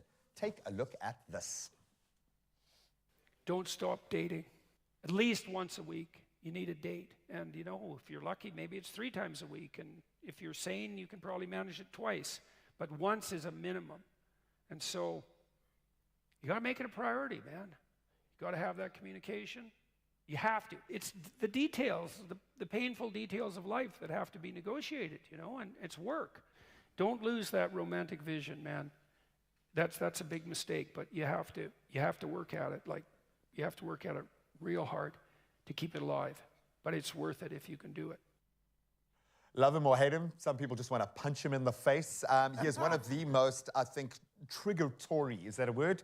Influencers in the world, never mind psychology. Dr. Eve, keeping it to this particular framework within relationship, okay? Because I know he triggers me as well. But how do you feel about that notion? Of the dating? Get it off your chest. No, the dating, no one should be setting a date time because dates are always associated with sexuality. And there's like, here we are, we're going to go on a date, we're going to have this intimate time together, and that is then an expectation of we're going to be sexual afterwards. And this is something that I think I always discourage. I discourage from doing. I think it's great to hang out together and to be able to have time, intimate time, whatever that looks like for you, but not this whole thing of the dinner date. Because she and I am being very heterosexist now. She's going to come back and she's going to say, I'm bloated, I'm tired, or I want to go to sleep. And he's maybe pumped up and saying, okay, this is expectation. You spoke about expectation of what I'm supposed to do. And then there could be incredible tension and distancing and abandonment that happens after. Okay, maybe.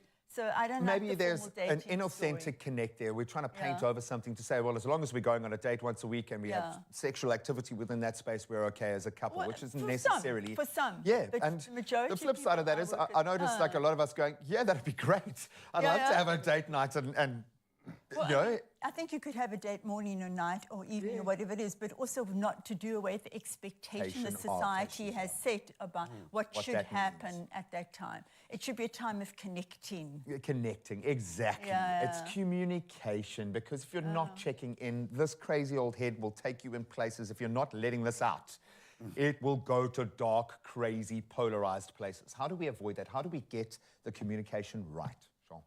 So remember, I think that, again, if we are families of origin, a lot of times we don't have this, and what I call feeling language, really. And I think that's where the issue is.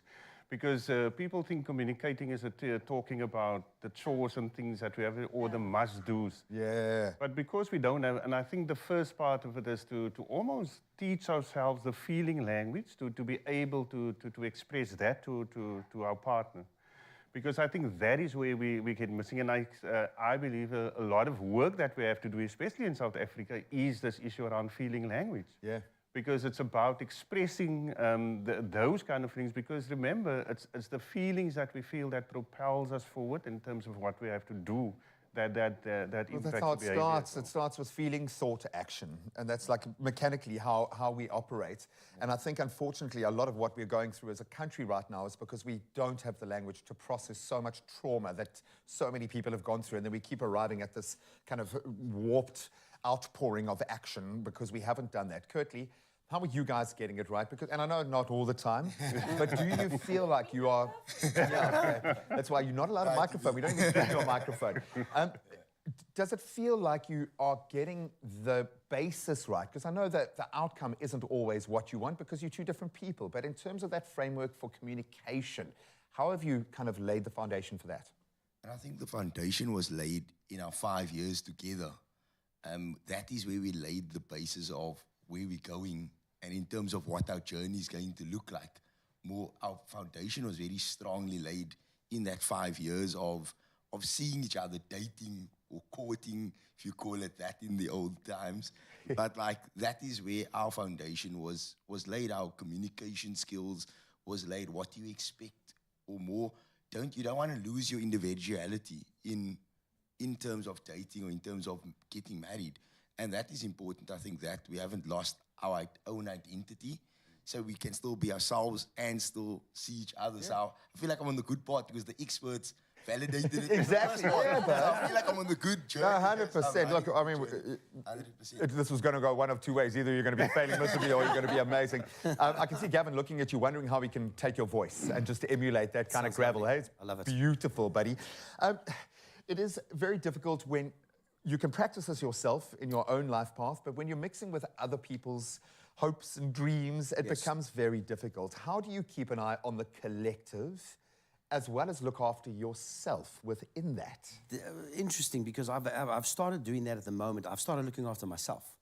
So like I've got my wife and then the kids, and I want to look after them as a collective and be this one unit. Yeah. Right? But as time goes by, especially in a relationship, we know when you go into 10 years on, you know, there's fights that have happened over time or little things that have happened that get in the way of the relationship. But you've got to sort of build that back up, the trust you've got to build up because you lost it over there. So what I eventually started doing is take the expectation out. Instead of like standing there doing dishes saying, you got to join me, or this one must do their part, or this one, I do my part. If you join in on it, it's great. But at the same time, I don't keep this expectation on my wife of if I'm doing it, you have to do it. We sort of, I'm trying to make myself stronger, and then we join together. For sure. Together as a strong unit, instead of trying to be the strong unit, and if one person is having a bad day, you just take it out on them. Yeah, which is not great, you know? It's not the Hunger Games. Well, exactly, man. Yeah, for sure, dude. And that was spot on, buddy. Because if I think about it, that's where I fall down a lot, is with this expectation that's based on absolutely nothing to do with her. It's my life path. It's my journey. It's my boarding school experience. It's my all of that. And I'm putting it on her, thinking that this is what being in a partnership is. Take responsibility for your own stuff and let her take responsibility for hers. Any advice that you would leave in this space, okay, when it comes to self-care? Honesty. Honesty. Oh, self-care. Have pride in yourself. Have pride in your partner. Respect one another. Respect yourself. And honesty is key. Honesty and respect, to me, is very important in a relationship. Yeah. I love that. You all have the most beautiful voices. You all look great. Clearly, the self-care is there. But you have dropped some absolute gems today. Thank you so much. Oh, man. Hopefully no one here is going to charge at all. I hope you just soaked that up in the beautiful symphony of love and connection. May you find the harmony that fuels your relationship and fills you with that boundless joy, because that's what you can access through this gateway. Now you too can master your own game, love, respect yourself, and along the way, win on one of 10 Masterclass subscriptions valued at 3,000 Rand. This is special, and that'll help you to up your skill and just feel so much better about yourself. And to enter, simply head over to masteryourlook.co.za, find the competition post, and answer the following question. If you could master any skill, what would it be? And I think people are going to be drifting into the emotional space now. Don't forget to include that hashtag BigFlex and hashtag MasterYourLook. And the T's and C's that do apply can be found on their website. And I would suggest give this a try. This process is life-changing. We have seen it firsthand. To all of you, you're clearly getting it right most of the time, and that's all we can hope for. Thank you so much. Hopefully, you have picked up a couple of these gems as well. Awesome. Do it like this. Do it like get it, move it, own it. Do it like this. Bespoke.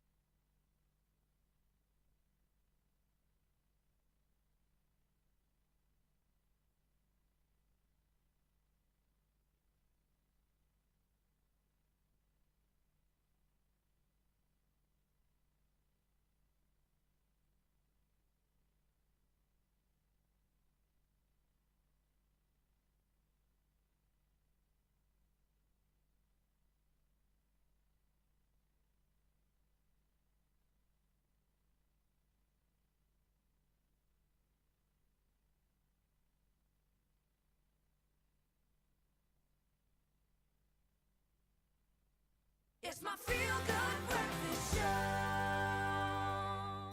Welcome back. You're tuning into your Feel Good Breakfast Show, Expresso, right here on S3 on this wonderful Tuesday morning. Now, next up, children. We know this, our future stars, our leaders and our creators, but what happens when feeling under the weather stops them from reaching their full potential? So we're taking a turn towards health right now. And today we have a prime example of how kids in top health are able to reach their fullest potential with young stars. And no stranger to the Expresso stage, the Brown Brick Boys, alongside their teacher, Cindy Peterson, brought to you by Dialect Junior.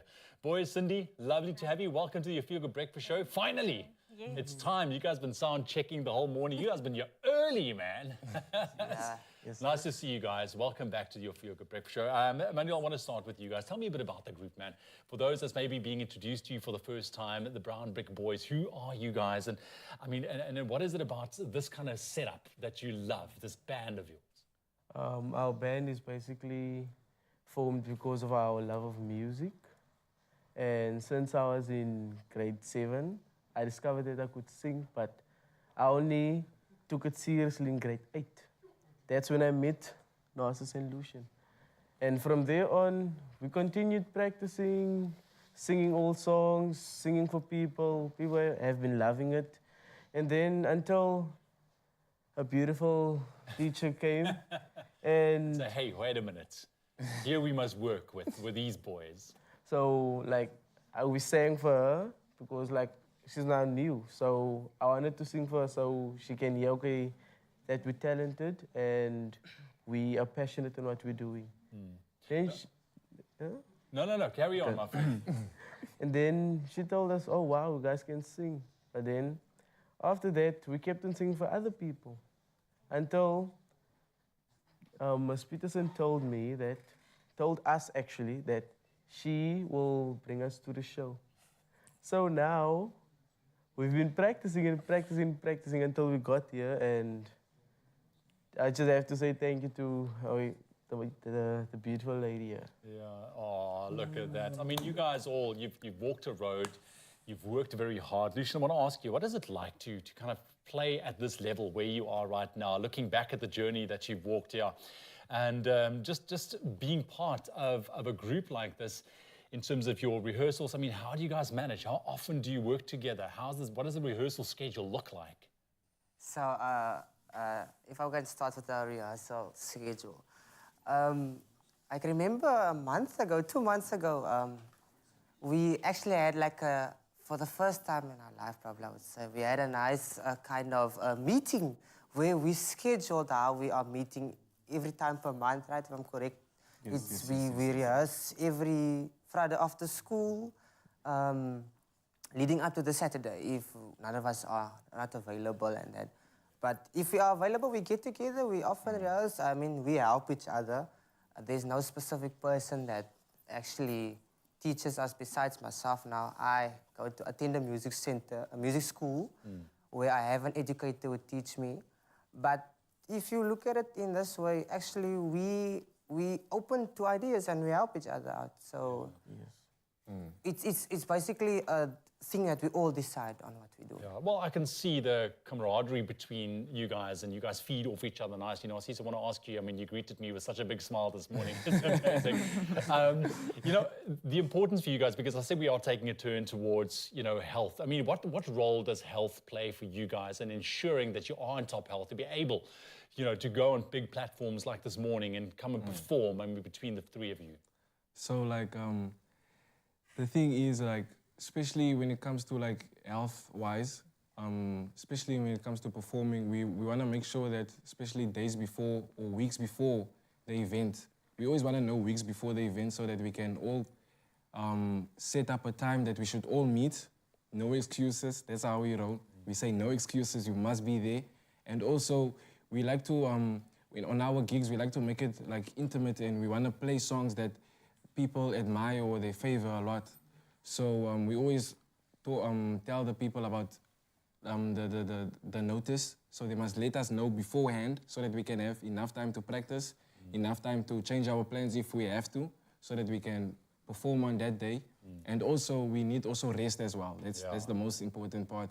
You need rest. You need to, you know, you have to be calm, you have to be happy. You know, you can't be like fussing and fighting the night before. You know, it's all about good vibes. You got to prepare. You got to prepare because you want to bring your best. Cindy, I mean, these boys, I can see that you've got a big love for them. I do. And, you know, on the topic of health, I mean, for you as a teacher, you know, what is your role? What do you play in terms of advising these boys to make sure that they're on top health? Because you want to try and avoid the coughs, the phlegm, because, I mean, the voices, that's what they need. That is what they need. So they know, and all my others, in fact, everyone who knows me knows, I am the biggest germaphobe you'll ever meet. So they know they're not allowed to share bottles with their fellow classmates and students. It shouldn't work. You shouldn't, in any case. I sanitize, you know, be cautious, be conscious. But other than that, they need to eat well, and they need to drink enough water and sleep and look after their bodies and be kind to their bodies. Narcis didn't mention that he actually had affects their music because he broke his arm a few weeks ago, actually, and he couldn't play guitar. And that stunted their progress as a band as well. Yeah. You know, Manuel's the vocalist, so like right now, I don't know, it's because he was practicing last night, but his throat's a bit scratchy, so that could also affect their performance. So it's important, if this is the career that they want to pursue, they need to look after their health, all aspects of it. But it looks like at least that, you know, they have somebody knowledgeable and very professional in their corner, which is amazing. Listen, we've heard your sound checks. Are you guys ready to give us a little bit of a number? Most definitely. Yeah. All right. Well, come on, stick around. I mean, our kids have the greatest potential, and it is our jobs to care for their health, to ensure that they can live out their passion and also their dreams. So stick around, because we get to hear the Brown Brick Boys in action up next. However your kids love spending their winter days, don't let a cough get in the way. Dialing to Junior Expectorant Syrup helps to loosen up phlegm in your little ones so they can get rid of it and get on doing their favorite things. 2 lucky viewers now stand a chance to win 5,000 Rand. Catch our Dialing Junior features on Expresso from the 27th of June to the 4th of July and reply to the competition question on our Facebook, Twitter and Instagram pages using hashtag Dialing Junior and hashtag CoughFreeKids. T's and C's can be found on expressoshow.com. All right, well, as promised, here we go, gracing the Expresso stage this morning. Superstars, the Brown Brick Boys, to absolutely blow us away with incredible musical talents. Take it away, boys.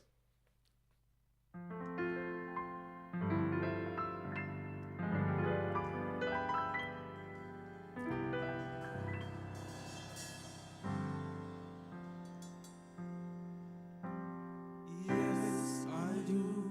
I believe that one day I will be where I was, right there, right next to you. And it's hard, these days it seems so dark. The moon, the stars are nothing without you. Your touch, your skin, where do I begin? No words can explain the way I'm missing you.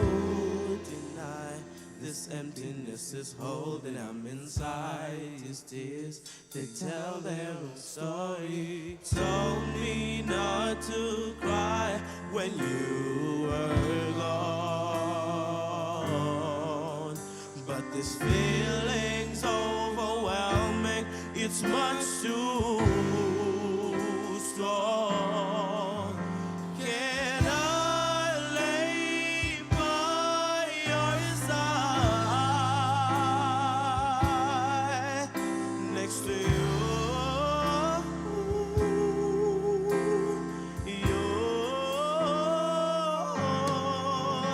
And make sure you're alright.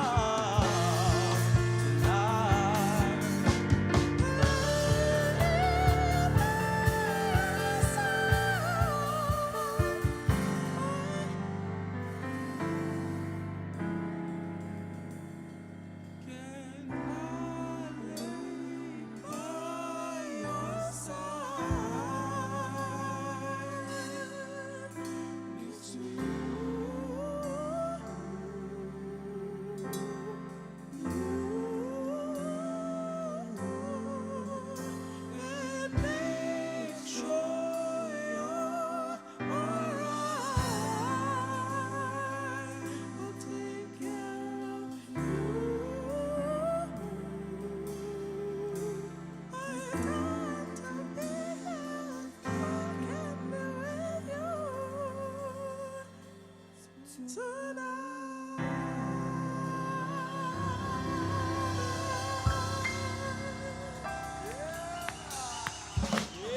please. Hitting those high notes on your Feel Good Breakfast show this morning, the Brown Brick Boys. That was epic, gents. Well done, man. Well done. Stick around. Another performance after the break.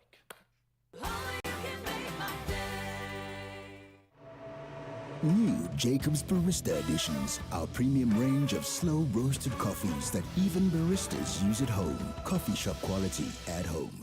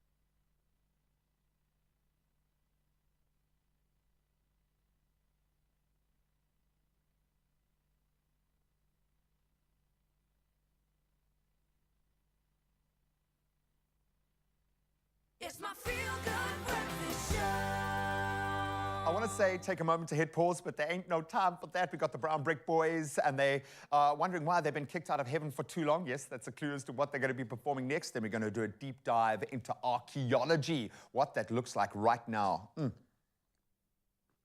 man, stick around. 1 hour left to go. Let's kick it off with the news.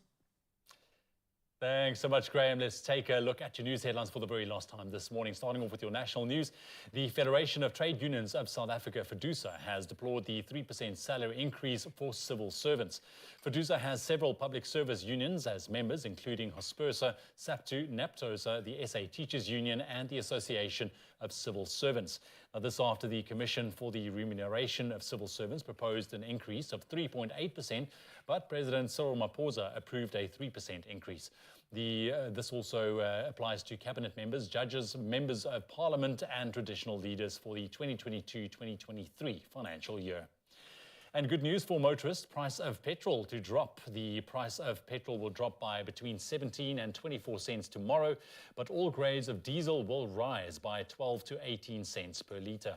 Now, the Department of Mineral Resources and Energy announced the adjustments yesterday. Paraffin drops by 4 cents per litre. The gas price drops by R2.96 per kilogram. A senior economist of FNB, Koketso Mano, says the decrease in the petrol price is due to the rand strengthening slightly and steady oil prices. Making international news headlines this morning, South Sudan's Catholic bishops are calling for urgent intervention by the international community to help resolve the conflict in neighboring Sudan and to provide humanitarian assistance to the people in need.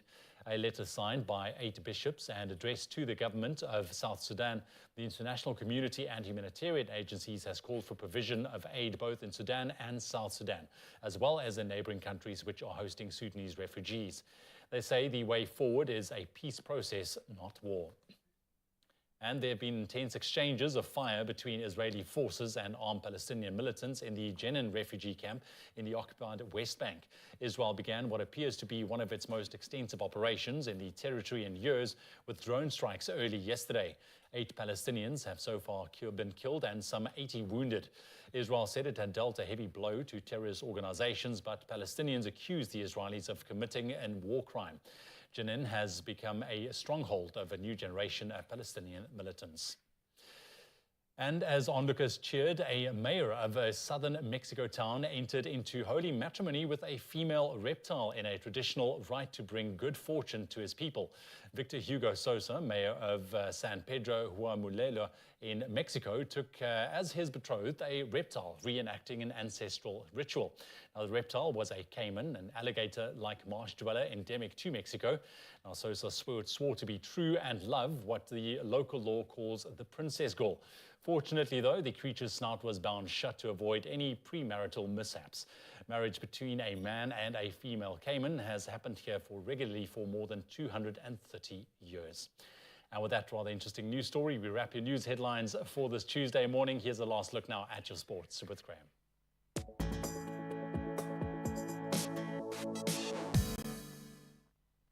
Thank you so much, Ewan. Let's dive right in with footballing news. The big story this week, SAFA Chief Executive Lydia Munyapao has assured that they will look to find a resolution to the current contractual impasse between Banyana and the association by tomorrow, and they kind of have to. So this is on the eve of Banyana's departure to Australia and New Zealand, of course, for the Women's World Cup. Drama has been unfolding at the team's camp in Johannesburg as they demanded remuneration be included in their contracts for the tournament, as you would expect. Gauteng Premier Panyaza Lesufi has had to step in now as mediator and did so at the Tsakana Stadium on Sunday as talks were held between the parties, including the Players' Union, to ensure parity. Let's hope they can find a resolution before it's too late. Now let's look at the positive side of movements in football locally. Mamelodi Sundowns have now confirmed the transfer of star Argentinian midfielder Junior Mandetta from Stellenbosch to the league champions. And the 30-year-old leaves the Cape side after 3 seasons. Very successful at that. The former club Atletico Los Andes player scoring 15 goals, providing 15 assists for Stellenbosch in his 70-plus appearances in all competitions. Certainly wish him well in his step up. Then we turn to tennis, and we are back on grass, and no one's enjoying it more than Novak Djokovic. He, in fact, dried the court with his towel and then urged the crowd to blow in a farcical rain delay as Wimbledon, his title defense there, got off with a really good start. So Djokovic beat Argentina's Pedro Cachin 6-3, 6-3, and 7-6 on centre court. But after the first set, there was no play for 80 minutes, despite the closed roof. And Djokovic dabbing the grass before ground staff used leaf blowers to get the job done. Then top seed in the women's draw, Iga Swiatek looking very strong. She laid down a marker with a dominant performance over China's Zhu Lin. Swiatek won 6-1, 6-3 against the world number 34, who is in fact one of the highest ranked players that she could have faced, which sends out a warning shot to the rest of the field. Then we return to 2 wheels for the greatest race of them all, and it's Belgian Jasper Philipsen who carried his early season form into the Tour de France to win the 3rd stage yesterday. So perfectly set up by his teammate Mathieu van der Poel, Philipsen came out on top in a long sprint in the end, beating out German Phil Bauhaus and Australian Caleb Ewan, who was 2nd and 3rd respectively. Then Britain Adam Yates, who kicked off brilliantly, he won that opening stage on Saturday. He retains the overall leader's yellow jersey as the race now enters France through the Basque Country. It's going to get just more beautiful from here on in. But that's where we leave our sport for this morning. Hopefully the roads are looking equally as beautiful for you on your way into work. Ewan's got the latest on the traffic front and then some weather warnings.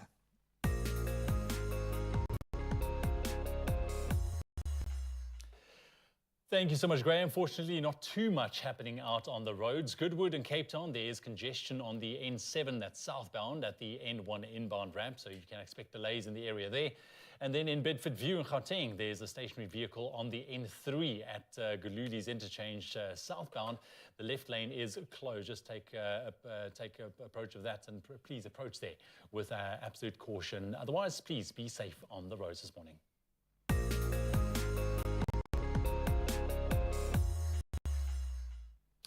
All right, before we get into your temperatures this morning, steps are being taken to declare the flood-stricken Namakwa district a disaster area. And this follows recent heavy rainfalls which led to severe flooding. At least 16 roads and numerous bridges were damaged or destroyed. 5 towns, including Kleinzee and Fjordsdrift, were cut off from the outside world. Now, the MEC for Roads and Public Works in North Cape Province, Fufe Makatong, says the provincial government is working to determine the extent of the damage. Makatong said some roads are still underwater. Meanwhile, the SA Weather Service has issued a yellow level 1 warning for waves resulting in difficulties in navigation at sea for small vessels between Honderklip Bay and Cape Agulhas. Moreover, an intense cold front is expected over the Eastern Cape from this afternoon into tomorrow. The public is advised that very cold conditions can be expected. Now, with that weather news, let's jump straight into your temperatures for the last time this morning with Polokwane starting off on 6 degrees, a minimum and a maximum of 21 degrees.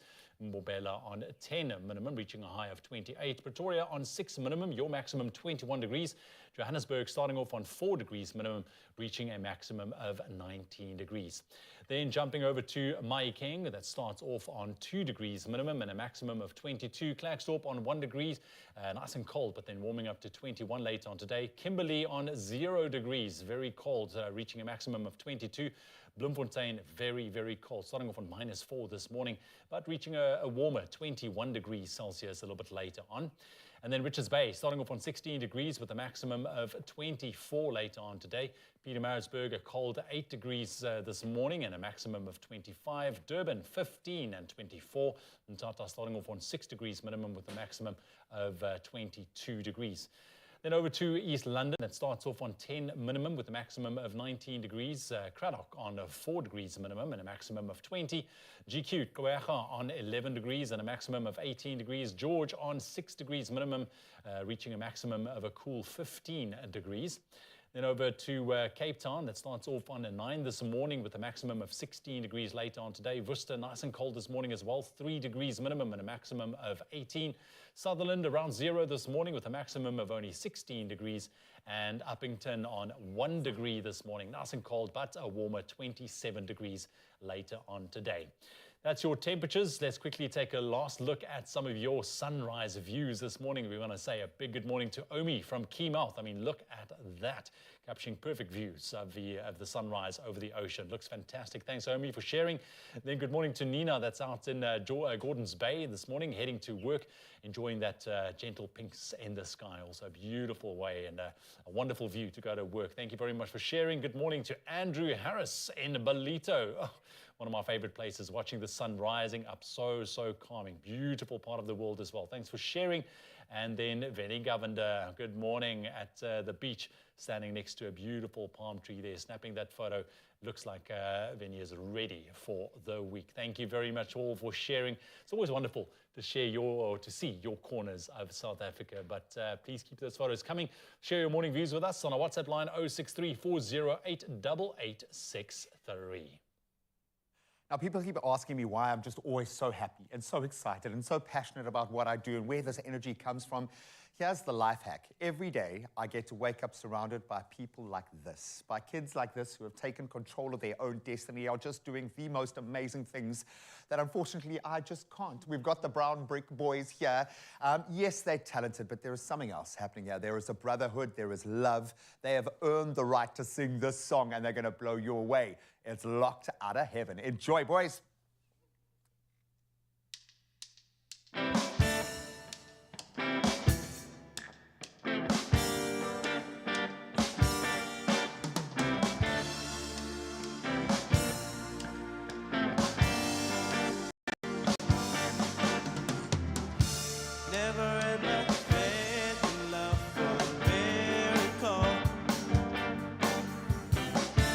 Never wanted to put my heart under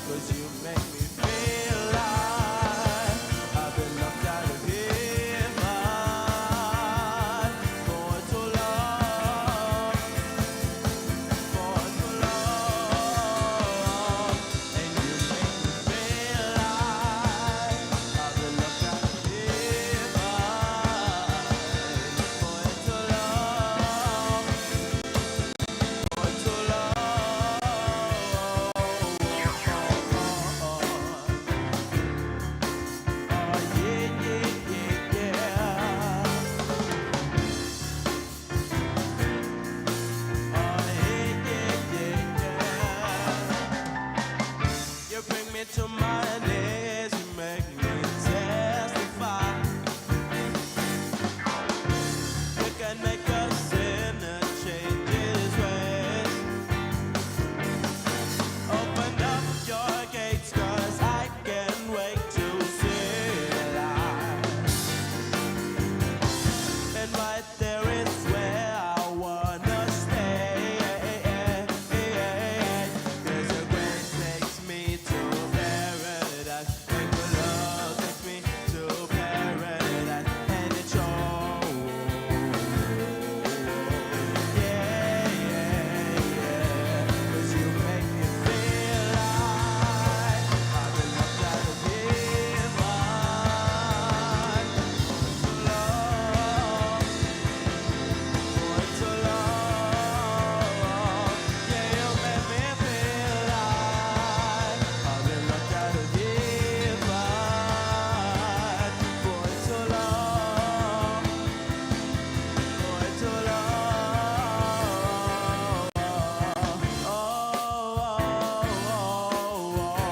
Yeah. Can I sustain? Spend the rest of my days here.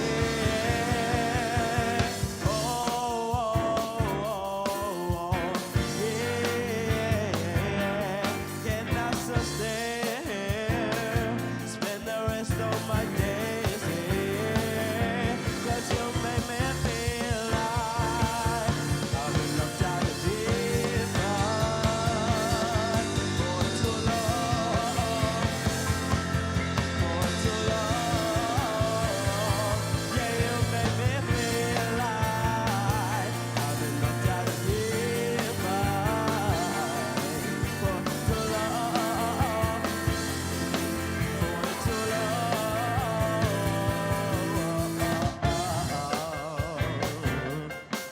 Oh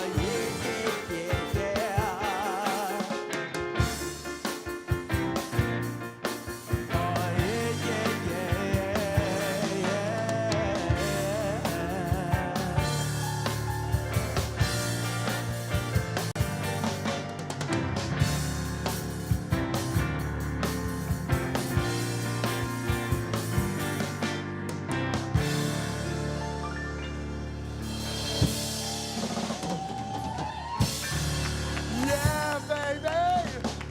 Oh, that is beautiful. I was going to ask you how that felt, but just look at that face. That tells you everything you need to know.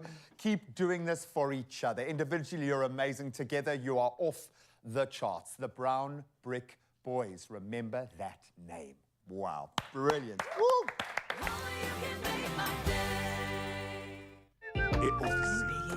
That time his vacation ended last week. Oh, and by the way, guys, at the airport lounge, free food, free drinks for us VIPs, very important passengers. Oh, VIP. When anyone can get 12 free airport lounge visits with a My Goals premium account.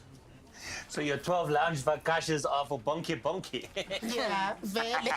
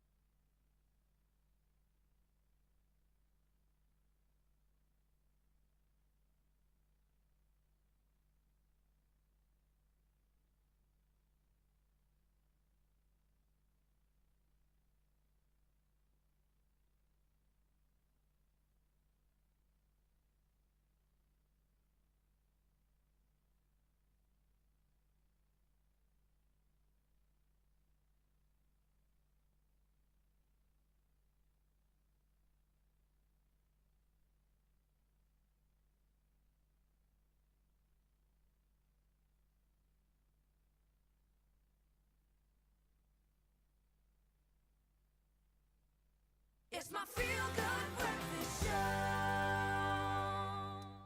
You're going to have to excuse the big kid in me right now. I am really excited about this. Southern Africa has a rich, that's an understatement, rich storehouse of archaeological sites, beginning with some of the earliest evidence of human origins and stone tool making found in the Sterkfontein caves. I've been there, it's amazing. Those related cave system, incredible, all part of the Cradle of Humankind World Heritage Site. That's where it began.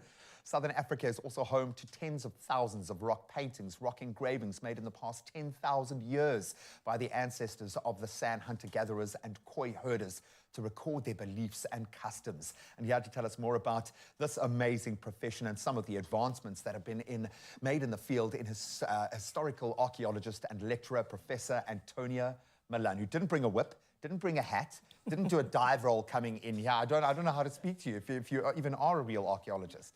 I'm not a real professor. I've never had a proper job. And that's beautiful. The fact that people like you and I can find a place to carve out our life is amazing. You just happen to be doing it for all of us, carving out what history has been. So maybe a good way to start is on the practical side. So when you approach a site that you're going to now do one of your archaeological processes on, how does that look? What does that process involve? Well, for a start, which archaeology? It's a huge subject. It covers, as you said, early humankind. Yeah, all of history, I know. All of history, and my interests are in the last 300 years. So where do you choose? I love that. Okay, maybe then you've highlighted the fact that this is still something that plays out through individuals. So maybe talk me through one of the sites that you're most proud or excited about. So, for instance, I'm interested in how people made their lives, family life, their households, and so on. So I'm interested in the environment they lived in. What did they build for themselves? How did they subsist? Who were they? How did they get there? Yeah, because human life isn't always the big things, the big stadiums, the big battles. For me, what makes it so interesting is knowing what a Graham was doing 300 years ago or 10,000 years ago. What does the individual do in that space? You've obviously had the opportunity through your body of work to see an evolution, and obviously we love the fact that everyone's really interested in archaeology from one angle with Indiana Jones's latest iteration coming out. That's wonderful, but you work in that coalface. How has the industry changed and evolved over your time? Well, for a start, in the old days, there used to be, for instance, a professor, an academic, who had their own research project. And they would gather around them the funding and the team and the whole framework. Yeah. And it was very dependent on them. So in that case, they were big projects. And it was both a teaching and a learning and an excavation project. So it could be as small as a square meter in a cave with a deposit of remains, which has to be very carefully removed. And, meticulously, meticulously removed. So that would be one example. Another one would be a big survey out in the Karoo or up the West Coast or something like that. So it very much depended on what you were looking for, the scale of your project, how you would approach it. Do you find there is a lot more collaboration or interest, or just because there's so many more people and more information sharing right now, does it feel like there's a bit more gravitas added to the work that you're doing? Well, this is the big change, is being able to talk to each other. I mean, when the internet first arrived in our lives, it just completely opened up a whole world where we could communicate with everybody. And that's one of the very lovely things about archaeology, is that you're not doing it for yourself on your own. You're doing it with other people, and you're constantly comparing what you've got with what other people have got. And so, yeah. And so it's an international process. It's not an individual thing. Because you're doing it for everyone.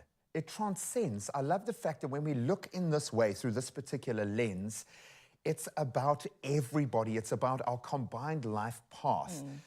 You've chosen to make this your purpose, and maybe you didn't have a choice. Maybe this was just where you were always destined to be, but there is a reason why you do this. And I've got to try to understand what we can learn out of this process. Why do you think it's so important that, especially for young people, these talented, amazing young people that we're seeing on the show today, that they know about the past, but down to those sorts of details that often get overlooked or whitewashed with history books and propaganda and all that?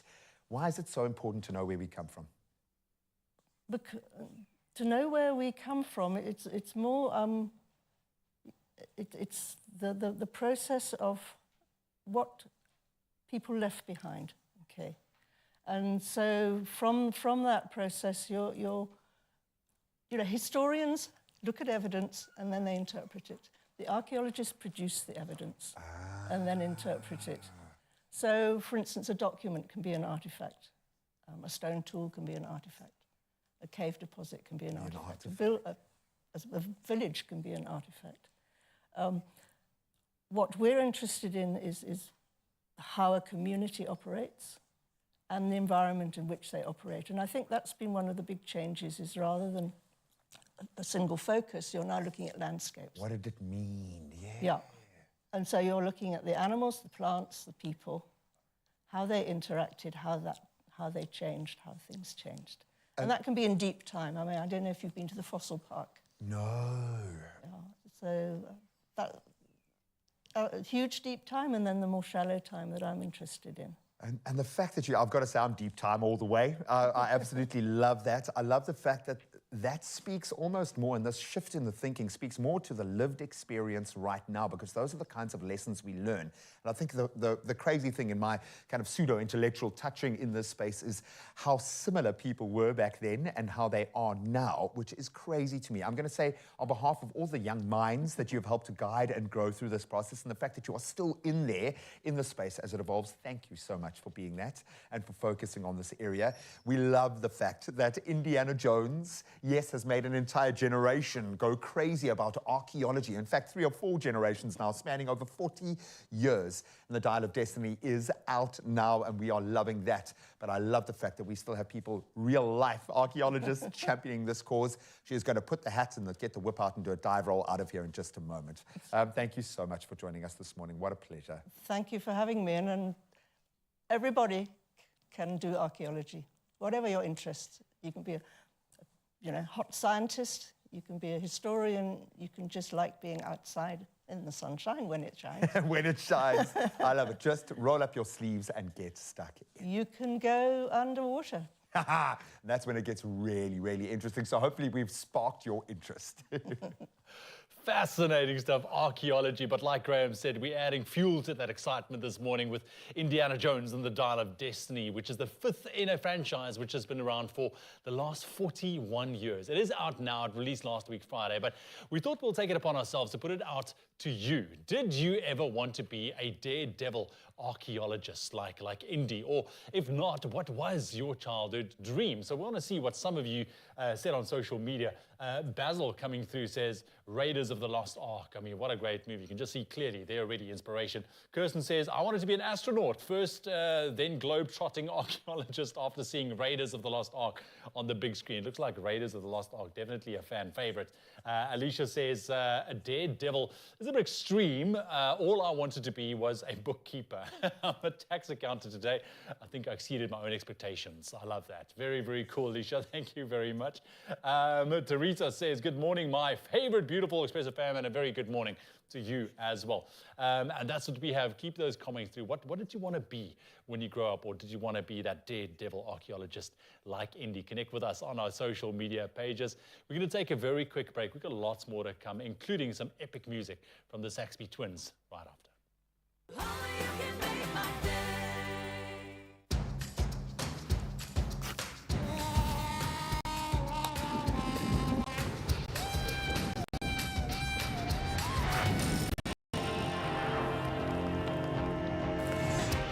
Making a cappuccino with thick creamy froth is now impressively easy. Jacobs.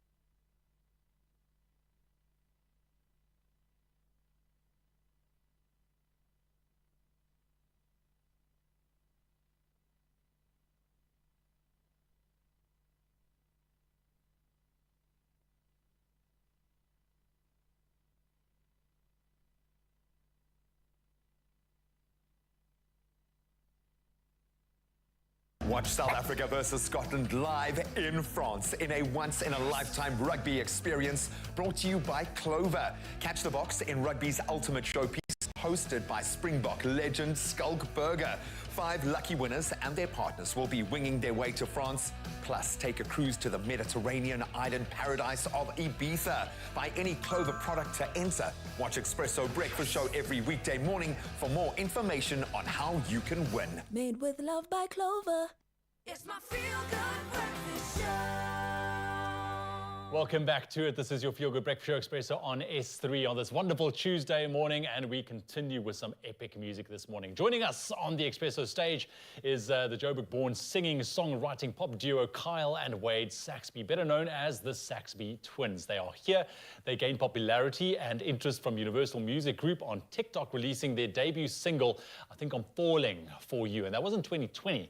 Now their brand new single, She's Got That Sunshine, has been playing on all of our radio stations. And we chat about their upcoming music video release as well. Gents, good morning. Welcome to your Feel Good Breakfast Show. Hey. For the public out there, Kyle, Wade. Kyle, Wade. Kyle and Wade. Yeah. All right, just so we can get it right. Lucky to have you guys, man. Thank you so much for having us. Yeah, and what a journey that you guys had. First and foremost, I mean, was it always the dream for the two of you to perform, getting to the music industry, or did it kind of happen by chance? How did it happen? I think it definitely wasn't always the dream. We both, growing up, we aspired to become professional cricket players, and that was the original dream. And then one day we're sitting around at a trampoline with a group of people, and the one person turned to us, and we're all just having a good time, and they're like, whoa, can you guys sing? And we're like, I mean, I think we can sing. And then literally, the next morning we woke up, we started an Instagram page and started making a few YouTube videos, and from there, got our studies behind us last year, and now we're fully focused on music. Nice, nice. So any singing prior to that trampoline moment? Definitely, for sure. Our mother's a piano teacher, so I think growing up, that had a big impact in terms of creating this musical ear and awe. But we'd often, after cricket practice, after a long day of school, whatever, we'd go home and we'd just put on karaoke and sing and sing and sing. Even Bob the Builder back in the day, growing up and stuff. So it's always. Well, I'm sure that gave you a big fan base already. For sure. But listen, you guys had a fantastic career thus far, and there's been some incredible highlights for you as well. And I want to talk about one of those. Actually, touring with Neon Dreams, the Canadian pop duo. So what was that like, and how did that even happen? Yeah, so we were approaching our final year exams, and basically what happened is they sent us a DM, and Carl came running into my room being like, oh, check it, we just got a DM from Neon Dreams. And took it from there. It was a process from there onwards, and eventually we ended up going on a tour with them across the whole of South Africa. And such awesome guys. We'll forever be grateful for the opportunity. And initially they discovered us through our one song called Rest of Our Lives, and we try and evolve our music around positivity.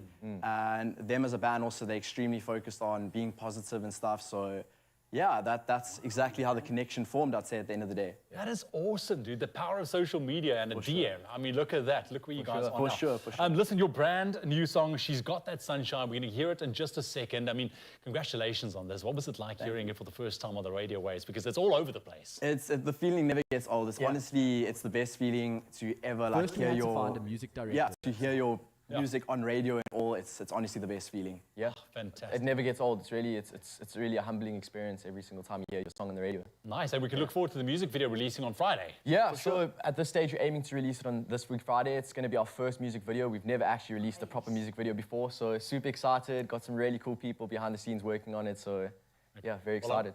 I'm not going to ask too much because I want it to be a surprise. So keep a lookout for that music video. It's going to be amazing. But here they are. She's Got That Sunshine by the Saxby Twins. Take it away, boys.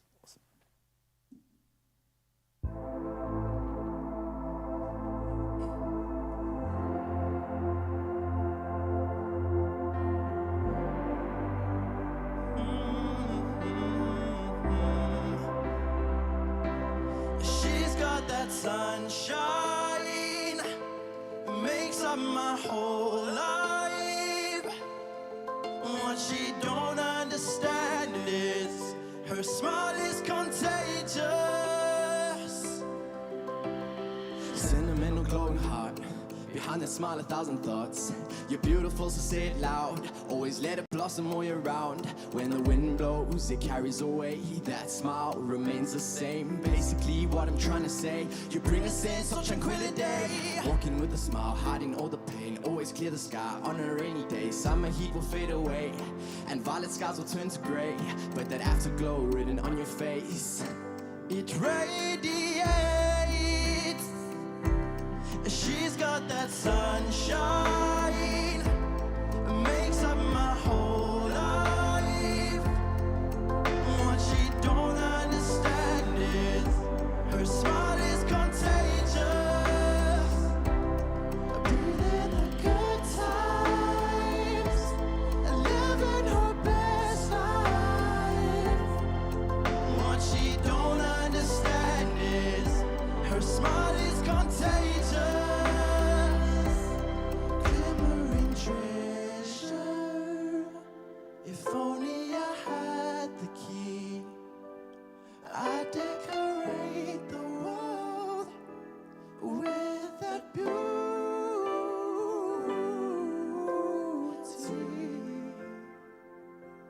Whoa,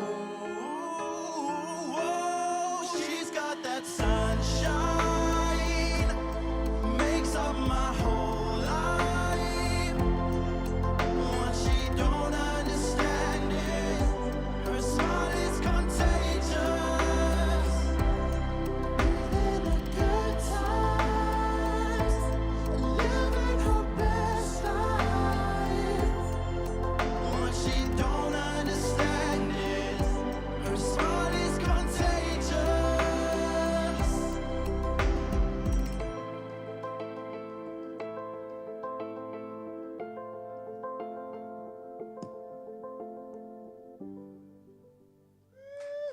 On. Yes, please, the Saxby twins right here on Feel Good Breakfast Show. That was epic, boys. Thank you very, very much. We have another performance heading your way. Stick around, you don't want to miss it.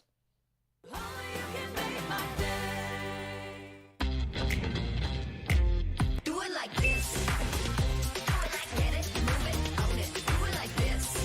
Bespoke.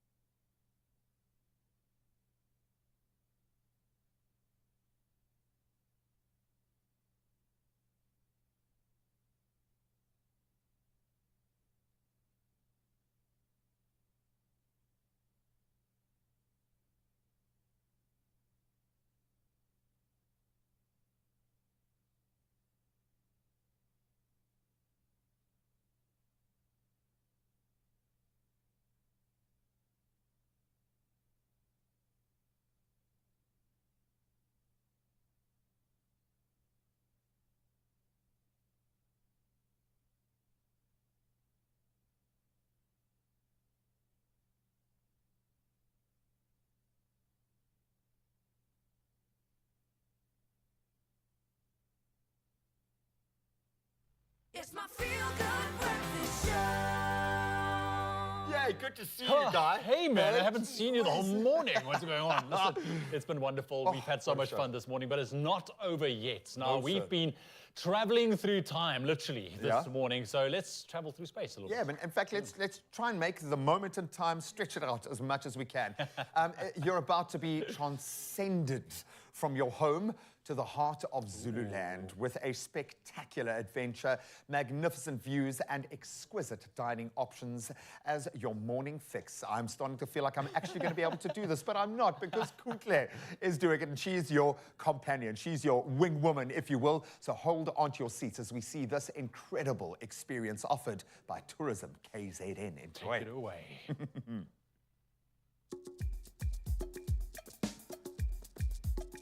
There is no need to fear the frostiness of winter when there are such incredible adventures to keep you warm and cozy. Tourism KZN is treating us to a weekend filled with adventure and safari experiences like no other, and to truly experience what they mean when they say KZN has it all.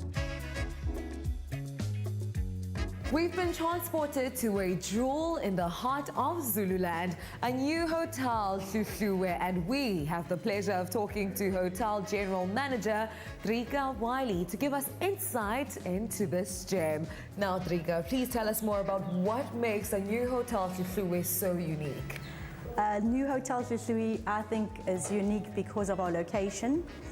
We are centrally located to a lot of attractions in the area, which is the Hluhluwe-Mfolozi Game Reserve, close to St. Lucia Wetland Park and Isimangeliswe. We offer Boma dinners for groups as well, especially if people stay for 2 nights. We do Zulu dancing at night, always at 8 o'clock. That seems to be quite entertaining to a lot of our guests, and especially the overseas guests as well. The world is our book, and beautiful destinations like KZN are our pages to fill. Let's check out the Tourism KZN winter activation to start booking those must-visit sites.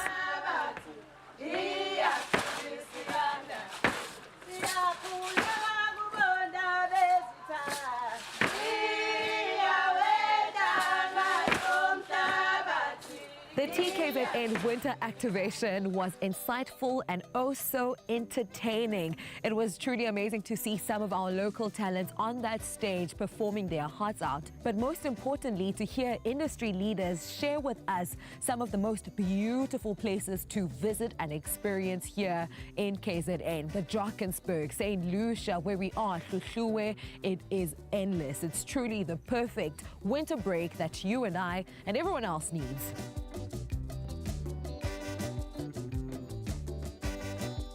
The day was eventful and the night is about to be oh so tasty, because we are going to be having a true South African cuisine. Now, I can't help but embark in the history of Isiwa Samakhosikazi, a special hiding place used by the Msweli clan's wives to find refuge during King Shaka Zulu's war. And we have the pleasure of dining under the stars tonight at this very location.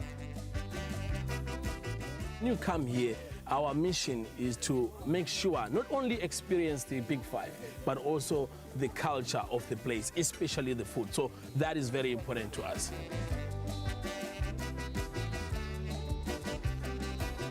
After a great night's rest, I cannot wait for the day's adventures to begin. Did somebody say morning game drive? I'm not complaining, because I think the Big Five are calling my name.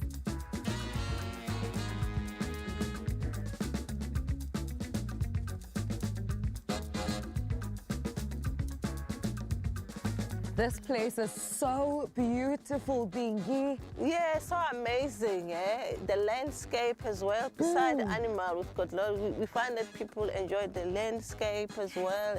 Please tell us more about the game reserve and also what makes the game drive here so different and unique. Hluhluwe-Mfolozi Game Park is the oldest game reserve in Africa. It was established in 1897. So it was mostly to conserve rhinos from extinction.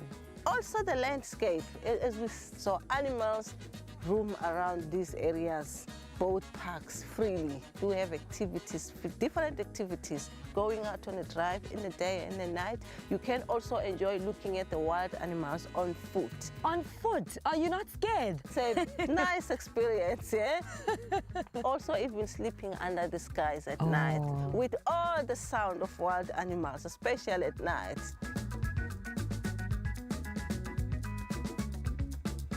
I would encourage people to visit KZN 100% without a doubt. The experiences are truly unique. It's also a place where you can create unforgettable memories with your loved ones, with your family, or even by yourself.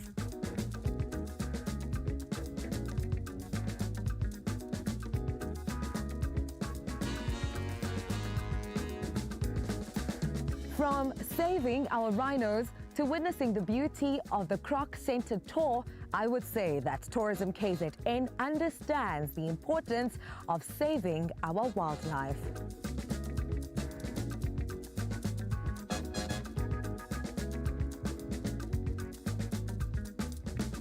From land to sea, Tourism KZN has ensured that it gives me a comprehensive KZN experience with a special whale watching tour. On the whale tour, one can get to see the dolphins, sharks, oceanic life, the turtles, seabirds, and then obviously the humpback whales being the prize.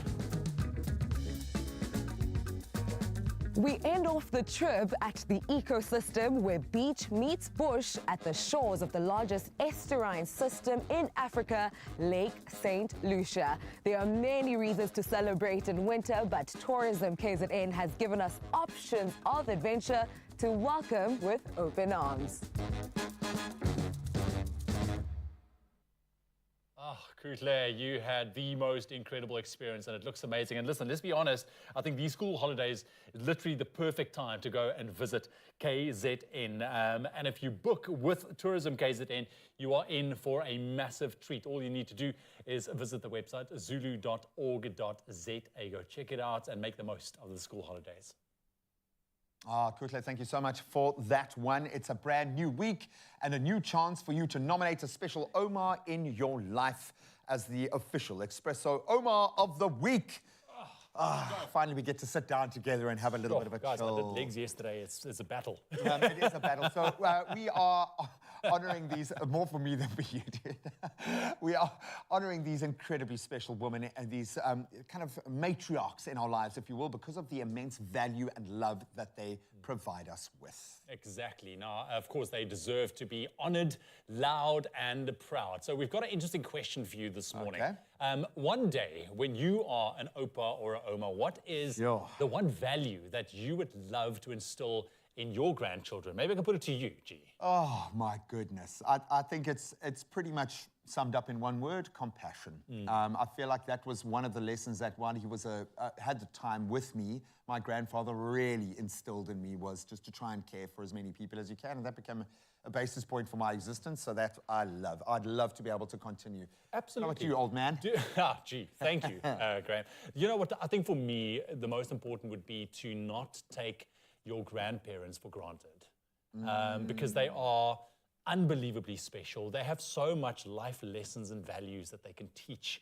You know, and I think most of the time, and for what I've also seen, and just in terms of around me, is, you know, grandparents are just there. You know, the kids, it's nice to go and visit on a Sunday and have lunch, but I mean, to really have that relationship with your grandparents as a grandchild, I think is worth its weight in gold. What major lesson have you learned from your granny or your dude, Oma? You know, there's so many. You know, from just, I think from their own relationships between Oma and Opa, and I think just that love, I think that they kind of portray onto the rest of the family, and just being that incredible figure of the family. I think for me, there's just too many to mention. I mean, there's these small bits and pieces that you realize one day, you sit back, it's like, oh, I remember my grandpa taught me that, my Oma taught me that. And do a deep dive, I would suggest. And sadly, it was only after my grandmother passed that I got to sit down with funny enough, my grandfather had passed years before, with his friends, and found out things about his life that no one else knew. Crazy adventures that he had gone on. They'd bought a hotel somewhere and tried to make it work, and it was a complete flop and a failure. And this is a man that I thought was like the best businessman in the world. And I was thinking, wow, so they lived a life that you don't even know about. That's the thing, man. Ask those questions, because you can learn so much more. Make sure you do it around a box of rusks because you can share so much also more. have one. You can have all of them, buddy. Thank you. You're so As my kind. soulmate. So if you are lucky enough to have an Omar that has had a massive impact on your life, then do it. Nominate her for the Expresso Omar of the Week. Just send us your special message on the Expresso Facebook, Twitter, or Instagram pages using that hashtag Omar of the Week, and we'll give her the biggest shout out live on air. I can tell you from our past experience, this is going to make her life. Never mind day, week, year, life. So give her a shout out to us, and we will do it to the nation because we love our Omars. Yeah. Cheers, my friend, to a lekker Tuesday morning. Oh, it's been beautiful. Come here, my little friend. Not done yet, though. Not done yet. Stick around.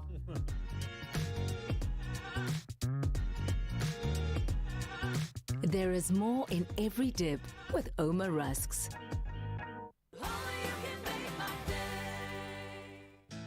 Bonjour. If you're as excited about the Rugby World Cup in France as we are, then listen up. Total Energies has an amazing opportunity just for you. You can join the Total Energies Loyalty Club today. Spend 700 Rand or more, then you stand a chance to win double tickets to the highly anticipated South Africa versus Ireland game on the 23rd of September in France. So get down to your nearest Total Energies today to make sure that you do not miss out on the experience of a lifetime. That competition closes on the 15th of July, so get on it. All the T's and C's do apply.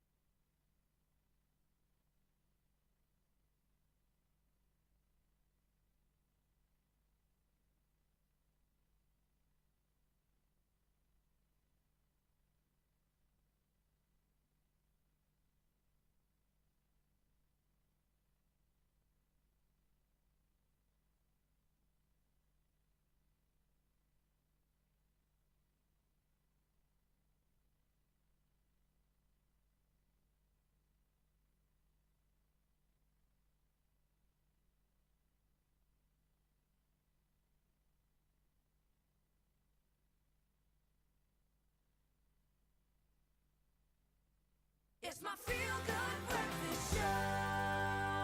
We have been blown away by the unbelievable young talent on the show this morning. It's been rather sobering, and we are here for that. We have got the South African pop duo, if I can classify them that simply, as the Saxby twins. Absolutely amazing to see you guys kind of living this part of your musical journey, which is awesome. Being here, as I was saying to you earlier, is a manifestation of where you're at, which is a beautiful thing. There is so much happening around you, and I would imagine a lot of people want to plug into this, either as a supporter, just to listen, just to connect, maybe co-create.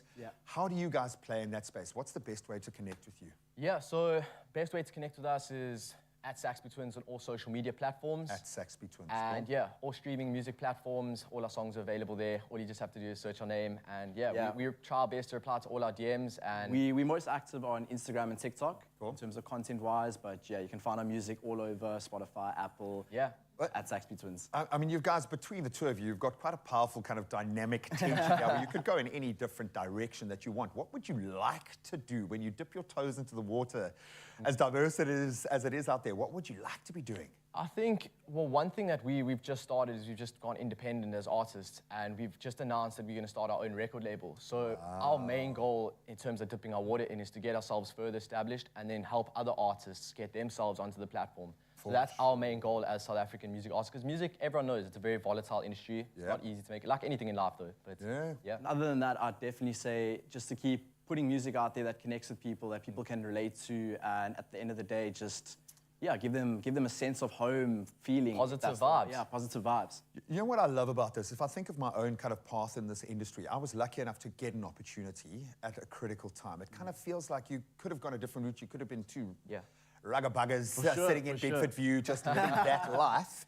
But you've made something completely different for yourselves, and it's awesome that you're doing it together. That is incredible. But I'm just thinking about so many young people watching you right now going, wow, I can actually do that. Exactly, you're doing it. At the end of the day, we're firm believers of positivity, and whatever you put your mind to, and if you believe yourself, no one's going to believe in you unless you believe in yourself. I think I said that right.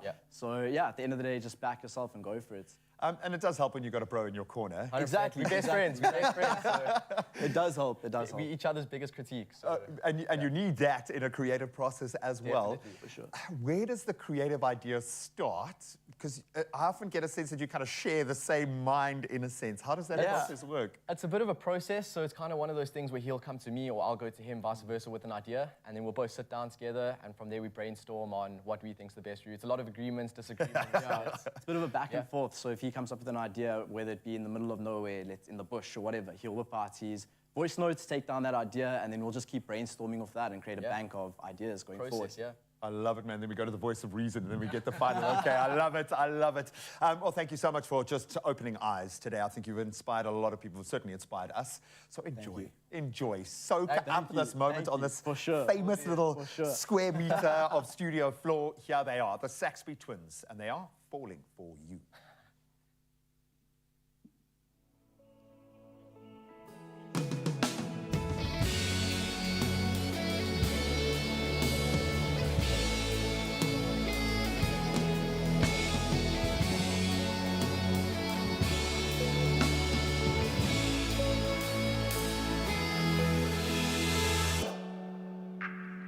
Lately I've been catching feelings.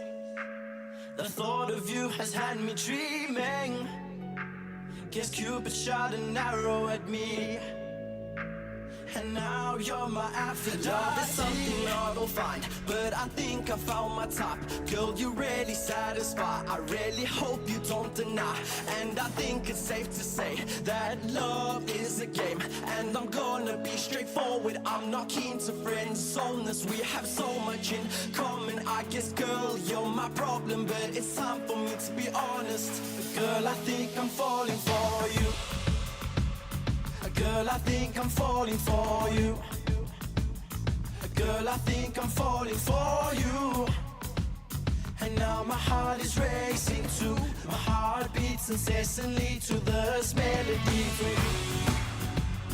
you. Girl, I think I'm falling for you. Girl, I think I'm falling for you. And now my heart is racing too. My heart beats incessantly to this melody for you. Girl, I like the way you talk. Your confidence says it all. I guess you really got it all. Whoa. But now I'm gonna take my shot and try my best to win your heart, because my feelings, they don't lie. I'm brainwashed by those eyes. You are my kryptonite. I really hope all goes right. I'm not here for just the night. I'm keen to set our lives alight.